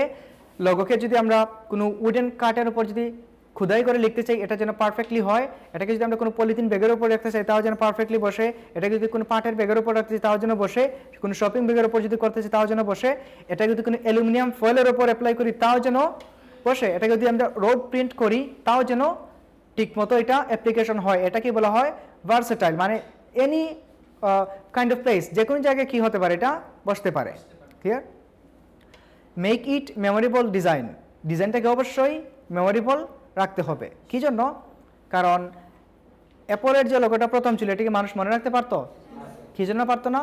অনেক গর্জিয়াস, অনেক হিজিবিজি ছিল, যে কোনটা কোন পার্ট, কোনটা কী জন্য ইউজ করে এটা মানুষ এত বেশি মনে রাখতে পারে নাই। পরে যখন সিম্পল হয়ে আসলো আমাদের মাথায় যুগ যুগ ধরে এটা মনে আছে। It should B A timeless design. Timeless design বলতে বলা হয় এটা আনলিমিটেড টাইপ পর্যন্ত চলবে, মানে long lasting, এনডিউরিং। Logo must be এনডিউরিং। কীভাবে? যেমন নাইকের লোগো অথবা আপনারা অ্যাপলের লোগোটা দেখেন, আপডেটেড যেটা, এটা কবে ডিজাইন করা হয়েছিল? 77-এ, 1977 পর্যন্ত, এখন পর্যন্ত এটা চলতেছে। তার মানে কয় বছর হলো? প্রায় 42-43 বছরের মতো হবে, এখনও চলতেছে। নাইকের লোগোটা বাংলাদেশের যখন জন্ম হয় 1971-এ, ক্যারোলিন ডেভিডসন নাইকের লোগোটা ডিজাইন করছিল, তখন নাইকের রাইট চিহ্নটা ছিল আর উপরে NIKE ছোটো হাতের অক্ষরে ছিল। কালের পরিবর্তনে এটা কিছুদিন পর একটু চেঞ্জ করে ছোটো হাতের অক্ষরগুলোকে বড় হাতের করা হয়েছে। নাইকের মেইন যে পার্ট, কোর যে পার্ট ছিল, এটা জায়গায় রেখে শুধুমাত্র নাইক লেখাটাকে বড় করা হলো। আর এর কিছুদিন পর নাইক যখন ওয়ার্ল্ড ওয়াইড পরিচিত হয়ে গেল, মানুষ এক নামে নাইককে চিনে, তখন মাত্র শুধু তারা কী করলো? নাইকের লিখাটাকে তুলে শুধু আইকনটা ইউজ করে। এটা এখন পর্যন্ত চলতেছে, প্রায় 50 বছর হয়ে গেছে, এখনও নাইকের লোগোটা চলতেছে, হয়তো আরও 50 বছর এটা দিয়ে চলবে। ক্লিয়ার? এটাই হলো টাইমলেস ডিজাইন। আচ্ছা, এগুলো আমরা আরও এখন কীটা বলি, know more about your target audience. Target অডিয়েন্সকে ভালোভাবে চিনতে হবে বা বুঝতে হবে। এখন কী জন্য আমরা তো একটা লোগোই ডিজাইন করবো, সো টার্গেট অডিয়েন্সকে বোঝার এখানে প্রয়োজনীয়তা কী? টার্গেট অডিয়েন্স বলতে কাকে বোঝায়?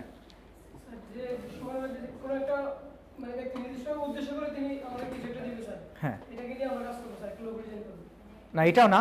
টার্গেট অডিয়েন্স বলতে বোঝা যায় এই যে ওনার যে কোম্পানিটা, অডিয়েন্স কি চায় বা ওদের অডিয়েন্সটা কেমন, ওদের বিজনেস, ওদের ইন্ডাস্ট্রি কেমন, এটাই বলছেন? এটাই আপনি কি এটাই বুঝাতে চেয়েছেন? তাহলে ঠিক আছে। গুগলে দেখবেন, গুগলে ভুল কিছু লিখলে ওরা আরেকটা দিয়ে আপনি কি বুঝাতে চেয়েছেন, মানে ওরা কখনো হার মানতে চায় না। যে কোনো কিছু আপনি লিখেন, ওরা কখনো হার মানতে চায় না। আবার উপরে লিখে দিবে ডু ইউ নো বা ডিড ইউ মিন, আবার লিখে বাংলা খুব সুন্দর আপনি কি বুঝাতে চাইছেন।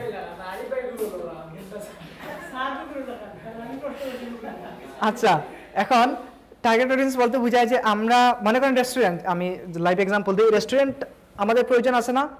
প্রয়োজন আছে। আইটি প্রতিষ্ঠান আমাদের প্রয়োজন আছে। আইটি প্রতিষ্ঠানের কাস্টমার কারা? যারা খুব আইটি নিয়ে ইন্টারেস্টেড। স্কুল কলেজের কাস্টমার কারা? যারা বাচ্চাদেরকে স্কুলে ভর্তি করাতে চায়, এরাই তো। এখন এটা হলো target audience. So target audience কী জন্য আমাদের রিসার্চ করা প্রয়োজন? বিকজ আমি একটা লোগো মেক করলাম, অবশ্যই রেস্টুরেন্ট লোগো তার রেস্টুরেন্ট টাইপে থাকতে হবে। এটাকে স্পোর্টস টাইপে দিলে চলবে? চলবে না, কারণ মানুষ লোগো দেখেই তো ডিমোটিভেট হয়ে যাবে। আরে ওদের লোগোটাই ঠিক নেই, ওরা আর কি খাবার সার্ভিস করবে? ভালো হবে? গেলাম রেস্টুরেন্টে খাইতে, ওদের স্পোর্টসের লোগো, ওরা নিয়ে আমাদের হাতে হকি স্টিক, স্টাম্প এগুলো দিয়ে দেয়, এরকম একটা কি আসবে? এই জন্য অবশ্যই টার্গেট অডিয়েন্সকে রিসার্চ করে পারফেক্টলি লোগোটাকে ডিজাইন করতে হবে। এখন টার্গেট অডিয়েন্স যদি আমরা রিসার্চ করি, এখানে তাদের কাস্টমার রিসার্চ করতে হবে, সে কী ধরনের প্রোডাক্ট সার্ভ করে সেগুলো রিসার্চ করতে হবে, তার রিলেটেড কোম্পানিগুলো দেখতে হবে। মনে করেন রেস্টুরেন্ট কিন্তু অনেক রেস্টুরেন্ট আছে না, ওয়ার্ল্ড একটাই রেস্টুরেন্ট, অনেকগুলা, একটা থেকে আরেকটা বেটার মানের। এখন আমি যদি আরেকটা টাইমস রেস্টুরেন্ট যদি খুলতে, কথা না, মনে করেন টাইমস রেস্টুরেন্ট যদি জিন্দাবাজার পয়েন্টে খুলতে চাই, তখন জিন্দাবাজারের আশেপাশে অসংখ্য রেস্টুরেন্ট আছে না, তখন তাদের খাবারের কোয়ালিটি দেখতে হবে, তাদের কাস্টমার দেখতে হবে, তাদের আইডিয়াল কাস্টমার কারা, ওইখানে কত থেকে প্রাইস রেঞ্জ শুরু হয়েছে এবং অ্যাফোর্ডেবল প্রাইস আছে কিনা, খুব বেশি না খুব কম, সব ধরনের মানুষ এখানে যেতে পারে কিনা, নিম্নবিত্ত মধ্যবিত্ত সবাইকে এখানে যেতে পারে কিনা, খাবারের কোয়ালিটি কেমন, তারা কীরকম কাস্টমার এনগেজ করতে পারে, এই টোটাল জিনিসগুলোকে আমাকে রিসার্চ করতে হবে, মানে কম্পিটিটর রিসার্চ যেটাকে বলা হয়।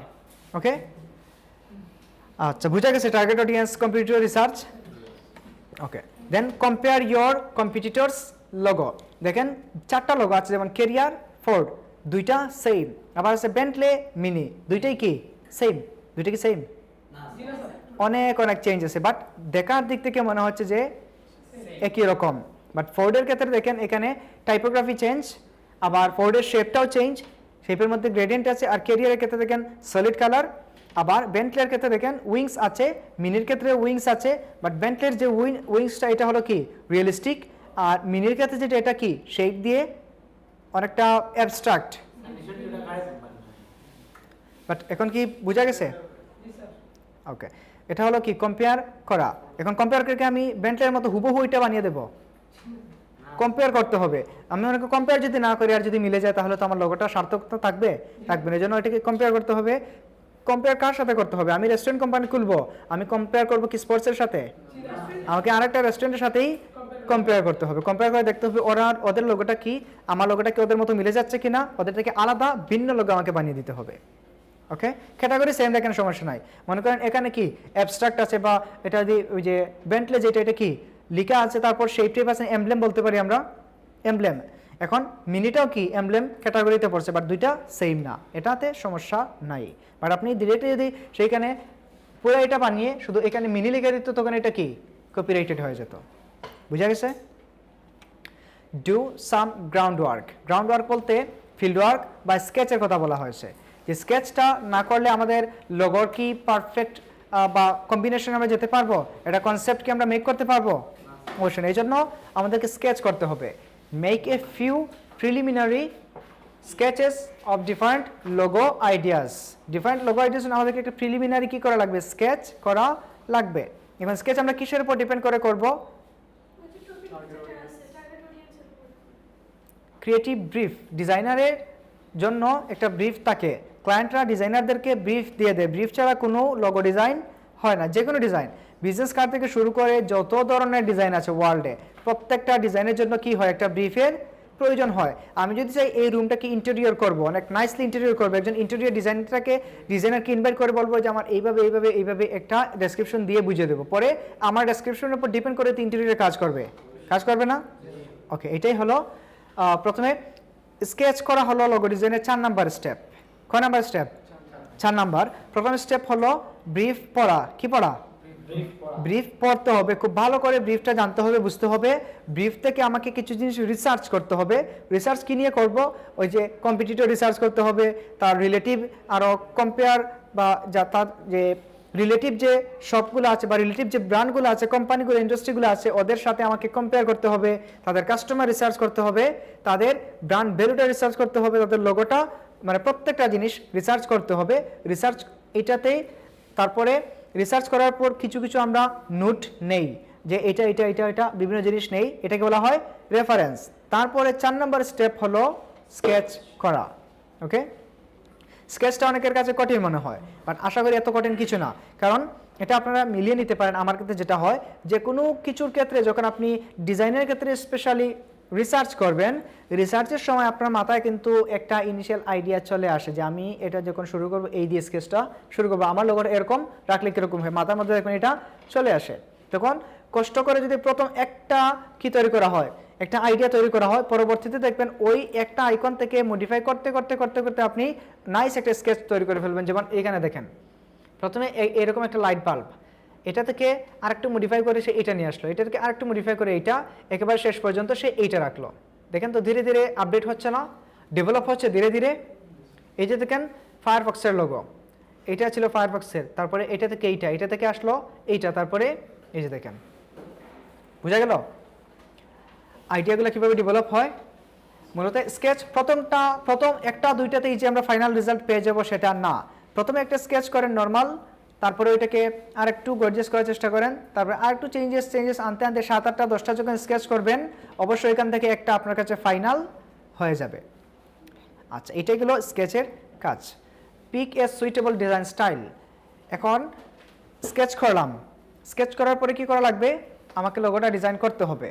যখন আমি লোগোটাকে কোন স্টাইলে করব, এটাকে লেটার মার্ক রাখবো, না লেটার ফর্ম রাখবো, না ওয়ার্ড মার্ক রাখবো, না কম্বিনেশন রাখবো, না এমব্লেম, কোনটা, অনেকগুলো টাইপ আমরা জানি।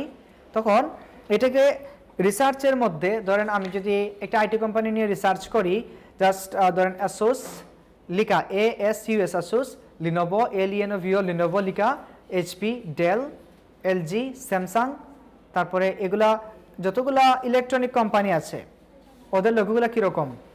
শুধু লেটার ওয়ার্ড মার্ক, তাদের কোম্পানির নাম দিয়ে করা। এখন ধরেন XYZ নামে কোনো একটা কোম্পানি, ওরা আইটি কোম্পানি, কারণ আমাকে বললো যে একটা কি করে দেওয়ার জন্য, লোগো করে দেওয়ার জন্য। তখন আমি আইটি কোম্পানি নিয়ে যখন যেই লোগোটা বেশি চলতেছে, প্রত্যেকটা আইটি কোম্পানির লোগো যে ওরা যেই টপিক বা যেই ক্যাটাগরিতে করতেছে, আমিও তো সেম ক্যাটাগরিতে করবো, ওকে, তো রিসার্চ থেকে পেয়ে গেলে আমরা কোন ক্যাটাগরিতে করব, অনেকগুলা ক্যাটাগরি থেকে বা অনেকগুলো টাইপ থেকে আমি একটা নির্দিষ্ট করলাম যে আমি এটাকে আইকনিক টাইপ অথবা টাইপোগ্রাফিক লোগো বানাবো। তো একটা টাইপ আমরা সিলেক্ট করলাম না, এটাই হলো pick a suitable design style. আর ক্লায়েন্ট যদি বলে দেয় যে তার লোগোটা এরকম হবে, অন্য কোনো একটা ধরেন ম্যাকডোনাল্ডসের লোগোটা দিয়ে বললো আমি একটা মনে করেন আমি আর একটা রেস্টুরেন্ট করতে চাই বা অন্য কিছু করতে চাই, আমার কোম্পানিটা এরকম হবে, লোগোটা এরকম হবে, তখন আমরা ইজিলি বুঝে গেলাম এটা কি লেটারমার্ক লোগো। বা ধরেন কেউ আমাকে এখান থেকে বেন্টলের যে লোগোটা ছিল বা অ্যাপলের লোগোটা দিয়ে বললো, অথবা ধরেন নাইকের লোগোটা দিয়ে বললো এরকম হবে, অথবা যে কী ছিল হার্লে ডেভিডসনের লোগোটা দিয়ে বললো এরকম হবে, তখন আমরা ক্যাটাগরি দেখলে বুঝবো না? অবশ্যই বুঝবো। আর যদি কোনো কিছু না বলে তখন আমাদেরকে একটা সুইটেবল স্টাইল ফলো করে কাজটা করতে হবে। Create a black and white logo first. প্রথমে কি করা লাগবে, ব্ল্যাক এবং হোয়াইট একটা লোগো আমাদেরকে বানাতে হবে কালার দেওয়ার আগে। স্কেচ তো করব, স্কেচ করার পর ডিজাইন করে কি কালার দিয়ে দেবো? অবশ্যই না, ডিজাইন করে এটাকে ব্ল্যাক আর হোয়াইটে কি করব, প্রেজেন্টেশন করব। কি জন্য? কারণ when you create the black and white logo first you can concentrate on the core design elements and shape the ideas into a legible design। মানে কোর পার্ট কোনগুলা, কোন অংশগুলা দিয়ে কোম্পানিকে খুব বেশি কি রিপ্রেজেন্ট করা যাচ্ছে, এই জিনিসটা আমরা যখন ব্ল্যাক এবং হোয়াইট কালারের কম্বিনেশন করব তখন এটা আমাদের চোখে আরও বেশি কি কনসেন্ট্রেট পড়বে। তারপরে এটাকে আমরা কালার করব নিজের ইচ্ছা মতো, যে ডিজাইনটা বা ক্লায়েন্ট যদি কালার বলে দেয়, ক্লায়েন্ট যদি use of colour palette, client যদি কালার বলে দেয় যে তুমি এই কালার করো, ওই কালার করো, এই কালার কোড ইউজ করো, গ্রিন ইউজ করো, লাইম গ্রিন ইউজ করো, তখন আমরা সেম কালার ইউজ করব। যদি ক্লায়েন্ট বলে না দেয় তখন আমরা কালার নিয়ে রিসার্চ করব। কি নিয়ে রিসার্চ করব? বিভিন্ন কোম্পানির, সেম কোম্পানির লোগোগুলো দেখবো ওরা কী টাইপের কালার ইউজ করতেছে, বা তাদের কাছ থেকে ক্লায়েন্ট যদি ব্র্যান্ড কালার দিয়ে দেয় তাহলে তার কোনো চিন্তাই নেই। যেমন টাইমসের ব্র্যান্ড কালার ব্লু, যে কোনো ডিজাইন ব্লু কালার হবে, এখন এটা সবার জানা হয়ে গেছে। এখন কোনো ক্লায়েন্ট তার ব্র্যান্ড কালার দিল না, তখন আমাদেরকে রিসার্চ করতে হবে সেম কোম্পানিগুলো কোন কালারগুলো ইউজ করতেছে, বা তার কোম্পানির যে ট্যাগলাইন, তার কোম্পানির যে থিওরি, তার কোম্পানির থিওরির সাথে ম্যাচ রেখে আমরা কালারটাও ইউজ করবো, কারণ প্রত্যেকটা কালারের এক একটা কি আছে, মিনিং আছে। Okay, size and scalability are important. এটা তো একটু আগে বললাম সাইজ কী জন্য ইম্পর্ট্যান্ট এবং স্কেলেবিলিটি কী জন্য ইম্পর্ট্যান্ট। স্কেলেবিলিটি সাইজটা হতে পারে আমরা এমনভাবে বানাবো যেটা যে কোনো সাইজে এটাকে অ্যাপ্লাই করতে পারি। স্কেলেবল, যাতে যে কোনো সাইজে আমরা টানাটানি করে স্কেল করি, এটা যেন তার রেশিও, তার প্রপোর্শন সব কিছু পারফেক্ট থাকে, এলিমেন্টসগুলো যাতে ফ্র্যাগমেন্ট না হয়ে যায়, নষ্ট না হয়ে যায়, ফেটে না যায়। ওকে, ইউজ দ্য রাইট টাইপোগ্রাফি, যেটা একটু আগে বললাম টাইমসের সাথে যদি আমরা দিয়ে দেই স্ক্রিপ্ট ফন্ট তখন যাবে না, আবার কোন কর্পোরেট বিজনেসের সাথে দিয়ে দেই আমরা ডেকোরেটিভ ফন্ট বা স্ক্রিপ্ট ফন্ট, সেটাও যাবে না। যখন যেটা ইউজ হয় সেটার সাথে সেটাই ইউজ করা লাগবে। দেখুন ডিজনেপ, তারপরে দেখেন বার্লি, এগুলোর সাথে এক রকমের টাইপোগ্রাফি, IBM এর ক্ষেত্রে এক রকমের টাইপোগ্রাফি, জিলিট এটার ক্ষেত্রে দেখেন ইতালিক করা, তারপরে CNN দেখেন অ্যাবসলিউট দেখেন এক রকমের না, আলাদা আলাদা, অ্যামাজন, জিলিট, তারপরে কি আছে ব্রাউন, অ্যাবসলিউট, এগুলা টাইপ কি ফন্টের ক্যাটাগরি কি সেন্স সেরিফ, বাট কোনোটা ইটালিক, কোনোটা নর্মাল, কোনোটা বোল্ড। ওকে, এই টাইপোগ্রাফিগুলো আমাদেরকে বুঝে ইউজ করা লাগবে, যেটায় যেই বিজনেসের সাথে যেটা যায় ওই বিজনেসের সাথে সেটা ইউজ করতে পারবো। ওকে, আচ্ছা, এরপরে আসলো কিপ দ্য ডিজাইন সিম্পল। ডিজাইনগুলোকে সিম্পল রাখতে হবে, যাতে মানুষ কী জন্য সিম্পল রাখবো, সিম্পল এই জন্য রাখবো এটা মানুষ যাতে ইজিলি মনে রাখতে পারে। A strong logo will have few elements each of which can be identified easily and are integral to what you are hoping to communicate। যত ওয়ার্ল্ডের প্রত্যেকটা লোগো, যে খুব ফেমাস লোগো যেগুলা, খুবই সাকসেসফুল লোগো যেগুলা, ওগুলো দেখবেন যে সিম্পলের দিক থেকে, ফর্মের দিক থেকে খুবই সিম্পল ফর্মে করা। যেমন নাইক আছে, অ্যাপল আছে, ডিটেলস আছে, গুগল আছে, এগুলো খুবই সিম্পল ফর্মে করা না। টুইটার খুবই সিম্পল, যেগুলো মানুষ দেখলে মনে থাকে, যেগুলো হলো মেমোরেবল, এনডিউরিং, লং লাস্টিং। ক্লিয়ার? আবার কোনো কোনো ট্রেডিশনাল লোগোগুলো দেখবেন ঠিকই তার অনেকগুলা এলিমেন্টস নিয়ে করা, যেমন emblem logo. Make it scalable and versatile. Scalable তো অলরেডি জানা, ভার্সেটাইলও বললাম এই যে কিছুক্ষণ আগে। যেই প্লেসে আমি বসাতে চাই সেই প্লেসে যেন এটা পারফেক্ট হয়। এটা যদি আমি প্রিন্টে করতে চাই, মানে প্রিন্ট ডিজাইনে বসাতে চাই, সেখানে যেন পারফেক্ট হয়। এটাকে যদি আমি কোনো টিভি স্ক্রিনে বসাই, বা মিডিয়া তো দুই ধরনের, একটা ছিল প্রিন্ট মিডিয়া, আরেকটা ছিল ইলেকট্রনিক মিডিয়া। সো ইলেকট্রনিক কোনো লোগো দেখবেন যে ইলেকট্রনিক মিডিয়াতে খুবই পারফেক্টলি ফোকাস হয়, বাট এটাকে যখন প্রিন্ট মিডিয়াতে নিয়ে আসা হয়, বিজনেস কার্ডে বা ফ্লায়ারে অ্যাপ্লাই করা হয় বা ব্যানারে অ্যাপ্লাই করা হয়, ওইটা অনেকটা কালার নষ্ট হয়ে যায় বা এমনিতেই অন্যরকম হয়ে যায়। এটা আবার ভার্সেটাইল না। ভার্সেটাইল হলো যে কোনো মিডিয়াতে এটা পারফেক্টলি কী হবে, ম্যাচ করবে। Make it memorable design, memorable তো অলরেডি বলেই ফেললাম, যেটা ইজিলি মনে থাকবে, সিম্পল হলে এটা অবশ্যই মনে থাকবে।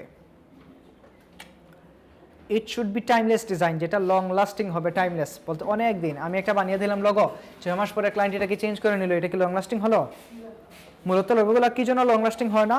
আমাদের ডিজাইন হয়তো দেখতে সুন্দর হবে না, বা এটা মার্কেটের সাথে যাবে না, বা ডিজাইনের সাথে কি হবে না, ম্যাচ করবে না, অথবা কোম্পানির সাথে এটা পারফেক্ট হয়নি। আচ্ছা, লং লাস্টিং আমি নাইকের এক্সাম্পলটা বলি, বা নাইক লোগো, নাইকের খুব নাইস একটা হিস্ট্রি আছে। নাইকের লোগোটা যে ডিজাইন করেছিল ক্যারোলিন ডেভিডসন। ঘুমে ধরছে বেশি? বালিশ লাগবে? এটা আরামে ঘুমে ধরে আসছে।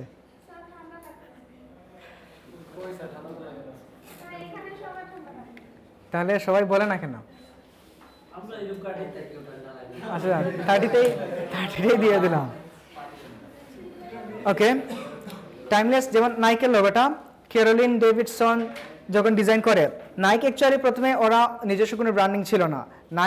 নাইকের যারা সিইও বা ফাউন্ডার যারা ছিল, ওরা প্রথমে অন্য একটা কোম্পানির হয়ে তারা শু বা কেয়ার্স যেগুলো, ওইগুলো কী করতো, ডিলার নিয়ে ওরা সেল করতো।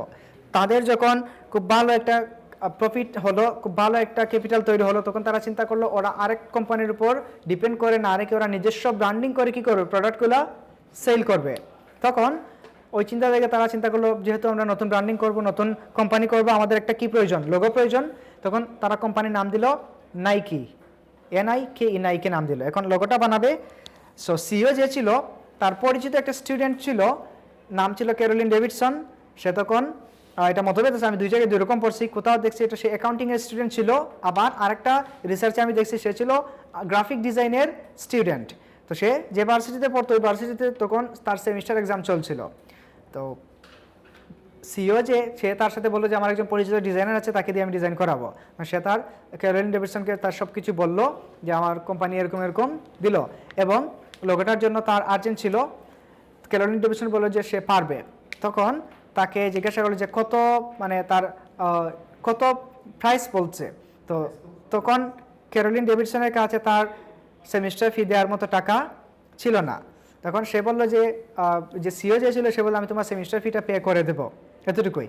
তারপরে পরীক্ষার আগের রাতে ক্যারোলিন ডেভিডসন টানা 17.5 ঘন্টা কাজ করছে এই লোগোটা মেক করার জন্য। দেখেন সিম্পল, এটাতে 17.5 ঘন্টা কি আছে, এটা আপনাকে করার জন্য দিলে আপনার কয় ঘন্টা লাগবে? সর্বোচ্চ 5 মিনিট। সেইখানে কাজ করছে 17.5 ঘন্টা বা 18 ঘন্টা, দুইখানে দুই রকম পড়ছে, একটা 17.5 ঘন্টা, এখানে 18 ঘন্টা। তো যাই হোক, তো এত ঘন্টা কাজ করার পরে সে যখন এটা, এই যে সিও যে তার কাছে যখন এটাকে সাবমিট করলো, সে দেখার পরে প্রথমে বলছিল লোগোটা ভালো লাগে নাই, তাই এটা মন মতো হয়নি। তারপর এটা কিনে নিচ্ছে, কারণ আর্জেন্ট ছিল তাদের মার্কেটিংটা করা বা তাদের ব্র্যান্ডিংটা করা। বাট লোগোটা নেওয়ার সময় সে এরকম একটা কমেন্ট করছিল, যদি এটা আমার ভালো লাগে না, ইন ফিউচারে এই লোগোটাই আমার উপর ভর করে বসবে। তো লোগোটা নিয়ে আসলো, এসে তারা শুরু মার্কেটিং বা ব্র্যান্ডিংয়ের কাজ শুরু করলো। কিছুদিনের মধ্যেই শুধু তার এই লোগোটার জন্য এটা এত বেশি মার্কেট পাইলো যে আশাতীত, অনেক বেশি পরিচিত হয়ে গেছে। তাদের প্রোডাক্টও ভালো ছিল, এবং লোগোটার কারণে মানুষ এটাকে খুব সহজে মনে রাখতে পারতো নাইকি। অনেক দিন পরে তো ওরা তো আর ক্যারোলিন ডেভিডসনের খুবই গ্রেটফুল, ওকে খুব মানে অ্যাপ্রিসিয়েট করলো। তারপরে লোগোটা চলতেছে অনেক পরে, প্রায় কত বছর, এটা সালটা আমার এক্স্যাক্টলি মনে নাই, এটা একটু উইকিপিডিয়া বা গুগল করলে আমরা পেয়ে যাব। ক্যারোলিন ডেভিডসনকে তার সাফল্যের জন্য বা তাদের যে কোম্পানিটা অনেক রাইজ হয়ে গেছে, ওয়ার্ল্ড ওয়াইড ওরা বিজনেস শুরু করে দিছে নাইকি, তখন তারা একটা কনফারেন্স রুমে এটা কনফারেন্সের আয়োজন করে ক্যারোলিন ডেভিডসনকে চিফ গেস্ট হিসাবে ইনভাইট করার পর, আচ্ছা তার যে সেমিস্টার ফি ছিল, ওইটা বলেন নাই সেমিস্টার ফি কত, ওইটা আপনারা জানতে চাননি, মানে ইন্টারেস্ট নাই? তার সেমিস্টার ফি ছিল মাত্র $35, এবং এই $35 সে কাজটা করে দিছে। এখন তাহলে এই নাইকের ব্র্যান্ড ভ্যালু বা নাইকের লোগোটার দাম কত পড়লো? $35। আচ্ছা আসেন এখন, তো $35 দিয়ে সে তো কাজ করে দিল এবং $35 লোগো দিয়ে ওরা সারা ওয়ার্ল্ড বিজনেস করে দাপিয়ে বেড়াচ্ছে। তারপরে ক্যারোলিন ডেভিডসনকে ওরা ইনভাইট করলো, ইনভাইট করার পর একটা গোল্ডেন রিং গিফট করলো, একটা ডায়মন্ডের রিং গিফট করে এবং তাকে আরও নাইকি কোম্পানির 500 শেয়ারের অংশীদার বা মালিকানা দিয়ে দেয় এবং নাইকি কোম্পানির মাস্টারমাইন্ড হিসাবে নিযুক্ত করে। এখন আপনারা চিন্তা করেন যে বর্তমান সময়ে নাইকি কোম্পানির 500 শেয়ারের মূল্য কত হবে, এক একটা শেয়ারের মূল্য, এবং ওইটা তার ডায়মন্ডের রিং, ওইটা হিসাব করেন একসাথে কাউন্ট করে দেখেন নাইকি বর্তমানে তার ব্র্যান্ড ভ্যালু কত আছে। $35 না, এটা কয়েকশো কোটি টাকাতে চলে গেছে। টাকাও হবে না, ওইটা $বিলিয়ন হবে। ওকে, 500 শেয়ার, মানে এতটাই খুশি ছিল তারা ওর উপর, তাদের কোম্পানির 500 শেয়ার তাকে দিল, কোম্পানির মাস্টারমাইন্ড তাকে বানিয়ে দিছে এবং একটা ডায়মন্ডের রিংটাও গিফট করছে। সব কিছু মিলিয়ে অনেক উপরে উঠে গেছে তাদের ব্র্যান্ড ভ্যালু, এখন আর $35 নাই। আচ্ছা, কোকাকোলার ব্র্যান্ড ভ্যালু বা কোকাকোলার লোগোটার দাম কত বলতে পারবেন? Idea, any idea?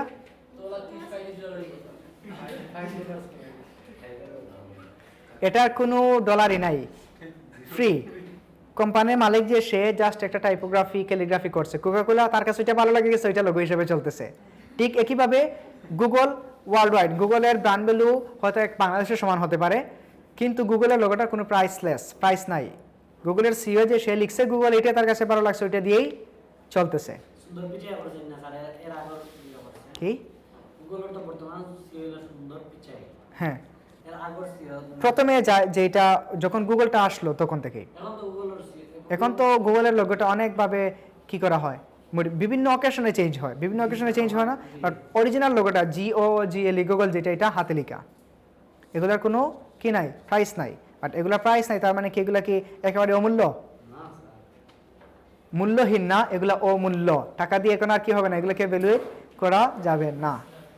ক্লিয়ার? তো দেখেন প্রথম অবস্থায় এটা থেকে আমরা কি বুঝতে পারি যে নাইকের ক্যারোলিন ডেভিডসন সে যদি চিন্তা করতো মাত্র $35 আমি লোগোটা করে দেবো আর আমি আমার পরীক্ষা 17.5 ঘন্টা কাজ করব, মাথা কি ঠিক আছে? ওকে, তখন সে যদি এগুলো চিন্তা করতো $35 আমার পরীক্ষা রেখে পড়ালেখা রেখে কাজ করব, বাট তারপর দেখেন তার ওই তখন কিন্তু সে এটা চিন্তা করে নাই, টাকা দরকার সে কাজ করে নিছে। কিন্তু এখন আচ্ছা ক্যারোলিন ডেভিডসন এখন ওর স্টোরিটাও জানি না, আমরা যদি এখানে নাইক লোগো স্টোরি লিখে সার্চ করি, নাইক লোগো ডিজাইন স্টোরি, এই যে Carolyn Davidson, the design was rejected repeatedly. Okay, এটা হতে পারে নাইকের ওই যে সিইও যেটাও। এই যে দেখেন 1971 কীরকম ছিল সোজ ডিজাইন, এবং 76 কীরকম ছিল 85, তারপরে ছিল সোজ, এখন এটা যেটা চলতেছে। আচ্ছা, এটার আইডিয়াটা সে কোথা থেকে নিয়েছিল? গ্রিক মিথোলজির একটা দেবতার নাম ছিল নাইকি। ওই নাইকির দুইটা পাকা ছিল, উইংসটা এরকম একটু কী করা ছিল, এটার মতো পাকা, ওই উইংস থেকে আইডিয়াটা নেয়া। এবং এটার মধ্যে সে থিম কি ইউজ করলো, যেহেতু ওরা শু কোম্পানি ছিল প্রথমে, এখন তো এপিআরএল বিজনেস করে, ওরা এটা দিয়ে সে যেটা এখান থেকে উইংসটা নিল, এবং এটা কী জন্য ইন্সপিরেশনটা কীভাবে নিল, যে কোনো মানুষ যদি দৌড় থেকে যদি দৌড়ে আসে তখন খুব দূর থেকে ছোটো মনে হবে না, আবার যখন এসে এটাকে রাউন্ড করবে, দেখেন এটা রাউন্ডটা কিন্তু অনেক মোটা না, এটা খুব স্পিডে দৌড়ে এসে যখন আপনাকে ক্রস করবে, আবার যখন দৌড়ে চলে যাবে কি অনেক ছোটো মনে হবে না, এই আইডিয়াটা এখানে ইউজ করা। ক্লিয়ার? এখন চিন্তা করেন তার 17 ঘন্টা কাজ কি জন্য ব্যয় হলো এখানে। লোগো ডিজাইনের মূল কাজটাই হলো আইডিয়া জেনারেট করা। আপনি আইডিয়া কিভাবে মেক করতেছেন, আইডিয়া কোথায় থেকে নিচ্ছেন, এটার স্টোরি কি দিয়ে মেক করতেছেন, কাজ এটা করতে গেলে সর্বোচ্চ 1 ঘন্টা এটার কাজ।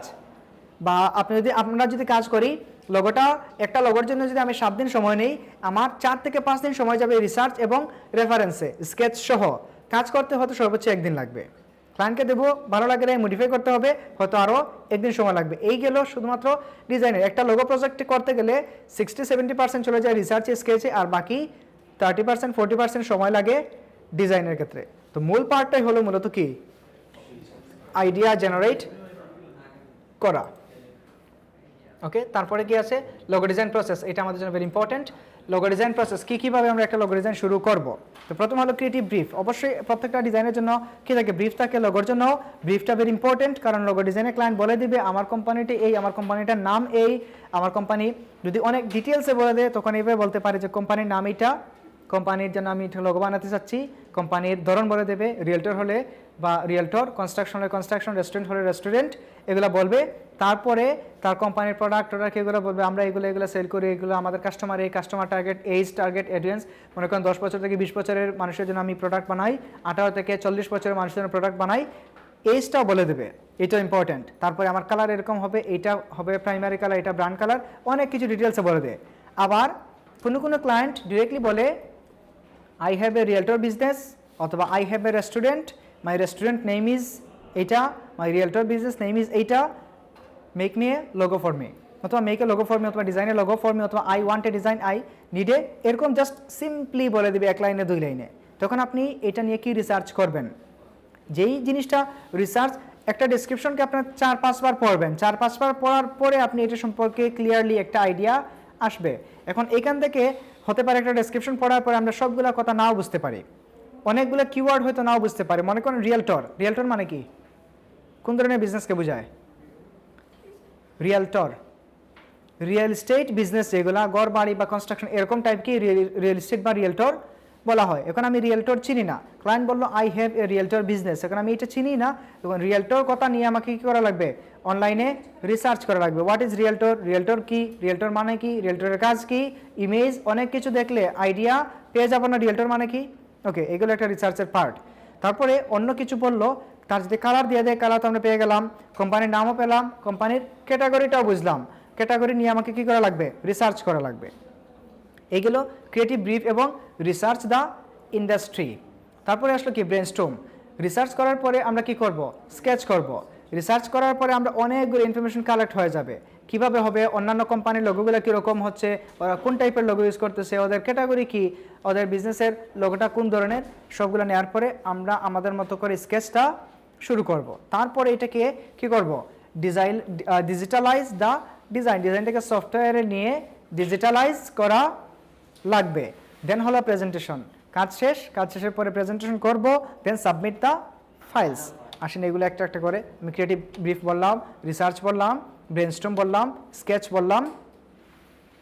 ওকে, তারপরে ডিজাইন, ডিজিটালাইজ দ্য ডিজাইন, এরপরে আসেন প্রেজেন্টেশন। সো প্রেজেন্টেশনে দেখেন অনেক টাইপের প্রেজেন্টেশন করা, প্রথমে ডটেড লাইন, তারপরে কালারাইজ, তারপরে ব্ল্যাক কালার, বিভিন্ন ধরনের প্রেজেন্টেশন আছে না, আছে। তো প্রেজেন্টেশনের ক্ষেত্রে নিচে একটা দেখেন, presentation present 2 or 3 best design concept to your client so he or she will have ample choice. তার সবচেয়ে বেস্ট চয়েস আমরা 2 থেকে 3টা ডিজাইন ক্লায়েন্টকে কী করবো, প্রেজেন্ট করব। আমরা যখন কাজ করব, কনসেপ্ট তৈরি করার ক্ষেত্রে, আমি স্কেচ তৈরি করার ক্ষেত্রে 5টা 10টা 20টা 25টা কনসেপ্ট আমি ইচ্ছা মতো, যতগুলো আমার ভালো লাগে, আমি যদি 10টা কনসেপ্ট করি, প্রথমে একটা করলাম, 1টা 2টা 3টা করার পরে আমার 10টা কনসেপ্ট আমি স্কেচ করলাম, স্কেচ আমি 100টা করি, কোনো সমস্যা আছে? সমস্যা নাই। কিন্তু ক্লায়েন্টকে 2টা 3টার উপর বেশি ডিজাইন একসাথে প্রেজেন্ট করা, এখানেই সমস্যা। কারণ ধরেন আমরা যখন মার্কেটে শপিং করতে যাই, যাওয়ার পরে যে কোনো শপে যখন ঢুকি, অনেকগুলা শার্ট ড্রেস আমাদের সামনে দেয় না, তখন চুজ করতে কষ্ট হয় কিনা, সে এইটাও ভালো বলে, এটা থেকে এইটাকেও ভালো বলে, এটা আরও ভালো, মানে অনেক কিছু বলে, তখন আমাদের মধ্যে আমরা পাজলে পড়ে যাই কোনটা নেব। তারপরে বলি আচ্ছা সবগুলো রাখেন, আমরা আসছি পরে, সবগুলো রিজেক্ট করে দিয়ে আসি না, কিন্তু তার কিন্তু সবগুলোই কোয়ালিটিফুল ড্রেস, সবগুলোই কোয়ালিটিফুল কিনা না, গিয়েই ওইটা বলছে ভালো, আমরা কিনে নিয়ে আসি, বলি কিছু। বা শাড়ি কিনতে গেলে দেখা যায় তার থেকে টাস টাস করে অনেকগুলো 10টা 15টা বের করে দেয়, তারপর দেখতে দেখতে আচ্ছা রাখেন আমরা অন্য দোকান থেকে দেখে আসি, এরকম বলি কিনা, বলি।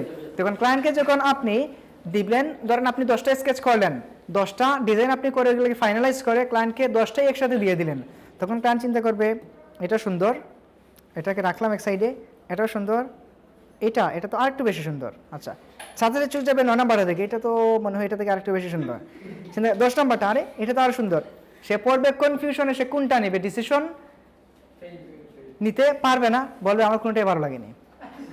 আপনি করলেন 1 সপ্তাহ 15 দিনে মাথা টাথা নষ্ট করে কাজ, ক্লায়েন্টকে দিলেন আপনি 10টা, খুব খুশি মনে, একটা তো চুজ করবেই, ক্লায়েন্ট ডিসিশন নিতে না পেরে সবগুলোকে, কারণ বেশি সুন্দর লেগে গেলে আমরা আর সুন্দর খুঁজে পাই না। খুব বেশি যদি কোনো কিছু আমরা ভালো লাগে, পরে ভালো লাগাটা কোনটার উপর সেটা আর খুঁজে পাই না, তখন সবগুলোকে রিজেক্ট করে দেয়। এই জন্য ক্লায়েন্টকে সর্বোচ্চ প্রথম অবস্থায় আমরা 3টা কনসেপ্ট দিব। আমার হাতে থেকে গেল আরও 7টা, 3টাকে থেকে বলবো তোমার কোনটা ভালো লাগে একটা চুজ করো। এটাকে থেকে ক্লায়েন্টে যদি কোনোটা মন মতো না হয়, সে 3টাকে বলবে যে আমার ভালো লাগে নাই। আমার হাতে অপশন আরও 7টা আছে না, 7টা দিয়ে দেবো, আবার সর্বোচ্চ 3টা দেবো অথবা 2টা। এই 2টা দিয়ে বলবো যে এখান থেকে আপনি কোনটা চুজ করেন। তো সে কম্পেয়ার করবে আগের 3টা এখনকার 2টা, মোটামুটি তার একটা লেভেলে চলে আসবে। এগুলো থেকে যদি ভালো না লাগে, পরে আরও 2টা দিলে এখান থেকে সে একটা চুজ করতে বাধ্য। আর যদি প্রথম 3টা থেকে করে দেয়, 7টা আমার কাছে থেকে গেল, কোনো সমস্যা নাই। এই তো এভাবে এখন 10টাই যদি দিয়ে দেয়, এটা মাঠে মারা যেতে পারে। ওকে, কোনোটাই যদি ভালো না রিজেক্ট করে দেয়, আমাদের 10 দিন 15 দিনের কষ্ট বৃথা। এই জন্য অবশ্যই ক্লায়েন্টের কাছে প্রেজেন্টেশনের ক্ষেত্রে খুবই স্ট্রিক্ট থাকতে হবে, এবং কখনোই কোনো সময় ক্লায়েন্টের হাতে কোনো কিছুর কন্ট্রোল দেওয়া যাবে না। সে বলবে এরকম হলে ভালো হয় কিনা, কারণ এই যে ডিজাইনার থেকে ক্লায়েন্ট কিন্তু বেশি বড় থাকে, তারা মনে করে আর যদি এরকম হতো, কিন্তু আমরা তো ডিজাইন করতেছি, আমরা তো বুঝতেছি যে তোমার ওইটা ওইদিকে একটু লম্বা করে দিলে সুন্দর লাগবে না, কিন্তু সে মনে করে এটা সুন্দর। তখন তাকে বুঝিয়ে বলতে হবে যে আমি দিতে পারবো, সব কিছু দিতে পারবো করে, কিন্তু তোমার এটা কি হবে না, প্রফেশনাল হবে না, ভালো লাগবে না, অডিয়েন্স এটাকে ভালো নিবে না। ক্লায়েন্টকে বুঝিয়ে বলতে হবে, কোনো কিছুর কন্ট্রোল ক্লায়েন্টের হাতে দেয়া যাবে না। তারপর একটা আছে, সেটা হলো সাবমিট দ্য ফাইলস। প্রেজেন্টেশন পরে সাবমিট দ্য ফাইলস। এখানে দেখেন অনেকগুলো ফাইল আছে, সবগুলো ফাইল আমাকে ক্লায়েন্টকে দিতে হবে। এআই ফাইল দিতে হবে, ইপিএস ফাইল দিতে হবে, এসবিজি দিতে হবে, পিডিএফ দিতে হবে, তারপরে টিফ দিতে হবে, জেপিজি দিতে হবে, পিএনজি দিতে হবে। এই 7টা ফাইল আমাকে দিতে হবে। ইকো বা এটা বাদ দিলাম, এই 7টা ফাইল অবশ্যই আমাকে দিতে হবে। কী জন্য দেবো? কারণ আজকে আমি ডিজাইন করলাম, 2 দিন পরে এসে বলবে আমাকে পিএনজি দাও, আরেকদিন এসে বলবে আমার জেপিজি লাগবে, জেপিজি বানিয়ে দাও, আরেকদিন বলবে আমাকে তো ইপিএস ফাইল দাও, এটা এখন প্রয়োজন, এটা দাও। এই জন্য এই ঝামেলা থেকে বাঁচার জন্য আমরা একসাথে 7টা ফাইলই ক্লায়েন্টকে দিয়ে দিই। তোমার যখন সবগুলো দিলাম, তোমার যখন যা লাগে সেটা ইউজ করো। ওকে, এটা করব কখন? যখন আমরা ডিরেক্ট ক্লায়েন্টের সাথে কাজ করি, কারণ ডিরেক্ট ক্লায়েন্টের কাজ করলে ক্লায়েন্টের সাথে বার্গেনিং করে আমরা অনেক বেশি প্রাইস নিতে পারি। ধরেন ক্লায়েন্ট যদি এসে বলে $5 দেবে, আমরা এটাকে $50 পর্যন্ত বাড়িয়ে নিতে পারি ক্লায়েন্টকে বিভিন্ন এক্সকিউজ দেখিয়ে, বা $5 যেটা $20 কাজ, সেটা যদি $5 বলে কেউ করতে পারবে? কেউ করবে? পুষাবে এটা? অবশ্যই না। বাট ফাইবারের ক্ষেত্রে যেটা হয়, 3টা কি থাকে, বেসিক, স্ট্যান্ডার্ড এবং প্রিমিয়াম। বেসিকে আমরা দিই মনে করেন 2টা ইনিশিয়াল কনসেপ্ট দিব, আর তোমাকে যে পিজি দেবো $15। পরে দিলাম মনে করি স্ট্যান্ডার্ডে দিলাম 5টা কনসেপ্ট, আর তোমাকে যে পিজি দেবো সাথে পিএনজি দেবো $20। তারপরে স্ট্যান্ডার্ড থেকে গেলাম আমরা প্রিমিয়ামে দিলাম তোমাকে আমরা এআই ফাইল দেবো, ইপিএস ফাইল দেবো, এসবিজি দেবো, পিডিএফ দেবো, যে পিজি পিএনজি দেবো, টি ফরম্যাট দেবো, তোমায় আমাকে দিতে হবে $60। দেখেন কত ডিফারেন্স হয়ে গেল না? প্রথমে ছিল 15 থেকে 20, এরপরে সব কিছু দিচ্ছি আমি কত $? $60। এখন তোমার যদি সব কিছু লাগে তুমি 60 অর্ডার দাও, যদি কম লাগে তুমি স্ট্যান্ডার্ডে দাও, একেবারে বিগিনিং লাগে তুমি বেসিকে অর্ডার দাও। তখন যার যেটা পছন্দ হয় সেটা করবে। ক্লিয়ার? এই জন্য বাট আমরা যদি ডিরেক্ট ক্লায়েন্টের সাথে কাজ করি, সবগুলো আমাকে দিতে হবে, নয়তো আপনি সব কিছু করে পিএনজি দিলেন না, আরও 2 মাস পরে এসে তার হঠাৎ করে, সে তো আর জানে না কোন জায়গায় কোনটা লাগবে, হঠাৎ করে মনে করেন সে তার ওয়েবসাইটে ইউজ করবে, এসে বললো আমাকে এসবিজি ফাইলটা দাও, কারণ ওয়েবসাইটে দিতে হলে এসবিজিটা ইউজ করা লাগে বা পিএনজিটা লাগে। এখন তার কাছে তো ওইটা নাই, এসে আবার 2 মাস পরে আপনাকে নক করবে। এখন এটার জন্য আপনি টাকাও যেতে পারবেন না। বলবেন পিএনজি একটা বানিয়ে দেওয়ার জন্য বলবেন আমাকে $10 দাও, ক্লায়েন্টে তো আর চাইবে না, কারণ আপনি আপনার সাথে সে রেগুলার কাজ করতেছে। পিএনজি একটা বানাতে হবে, বেশি সময় লাগে না, এটার জন্য সে কি আর পে করবে? করবেন। এই জন্য যাতে আমাদেরকে আর নেক্সট টাইম ডিস্টার্ব না করে সবগুলো ফাইল একসাথেই দিয়ে দেই। বুঝা গেছে? এই ছিল আমাদের লোগো ডিজাইনের ক্লাস। আজকে আমি আপনাদেরকে একটা ব্রিফ দিয়ে দেবো লোগো, এটা আমি গ্রুপে আপলোড করব বিকালে বা সন্ধ্যার দিকে। ওইখানে একটা কোম্পানির নাম থাকবে, কোম্পানির ক্যাটাগরি বলা থাকবে, বা কী ধরনের কোম্পানি, কী ধরনের লোগো আমরা চাই সেটা বলা থাকবে, অথবা আপনারা আপনাদের মতো করে যার যেই টাইপের লোগো ভালো লাগে রিসার্চ করবেন কোম্পানি নিয়ে, তারপরে লোগো ডিজাইন করে আগামী ক্লাসে সুন্দর করে এটাকে গ্রুপে আপলোড করবেন। বাসায় যে এই জিনিসটা A to Z আবার ভালো করে পড়বেন, প্রত্যেকটা টপিক ভালো করে বুঝবেন, বোঝার পরে আপনার লোগো ডিজাইন যাবেন। হুটহাট করে কি না, এটা তো প্রেজেন্টেশন ভিডিওতেই পাবেন আপনারা। ওকে, আর যেটা লোগো ডিজাইন যেটার উপর করবেন, আমি গ্রুপে একটা টেক্সট ফাইল আপলোড করে দেবো। ওকে, ওই টেক্সট ফাইলটা ডাউনলোড করে আপনারা ওইখান থেকে ইনফরমেশন খুঁজে রিসার্চ করবেন, কোন ইনফরমেশন ইম্পর্টেন্ট, কোনটা নিয়ে রিসার্চ করতে হবে, এগুলো নিয়ে রিসার্চ করে তারপরে স্কেচ করবেন, নিজে চিন্তা করেন, ব্রেনস্টর্ম করবেন, চিন্তা করার পরে স্কেচে আসবেন, স্কেচটা মন মতো করা একটাই দেব, সবাইকে একটা হোমওয়ার্ক করতে হবে। কারেন্টের হোমওয়ার্ক যদি বলেন, সরি কারেন্টের কথা যদি বলেন, কারেন্ট নাই, এই নাই, সেই নাই, এটা মানা যাবে না। সবাই ক্লিয়ার? ওকে, সো বুঝতে পারলাম সব কিছু লগো নিয়ে মোটামুটি। এগুলো বাসায় গিয়ে যখন আরও নাইসলি কী করবেন, অলরেডি আপনারা লোগো ডিজাইন করতে পারেন, একটা মোটামুটি লেভেলে পারি না আমরা, কারণ ক্লাসের প্রথম দিকে আমরা সার্কুলার লোগো শিখছি, তারপরে আইকনিক লোগো বানানো শিখছি, এগুলো শিখছি না? ওইগুলোর এগুলো কী জন্য শেখানো হয়েছে আগে, যাতে আপনার টুলসগুলো বুঝতে পারেন। এখন তো আমরা টুলস পারি, ডিজাইন করতে গিয়ে সমস্যা হবে?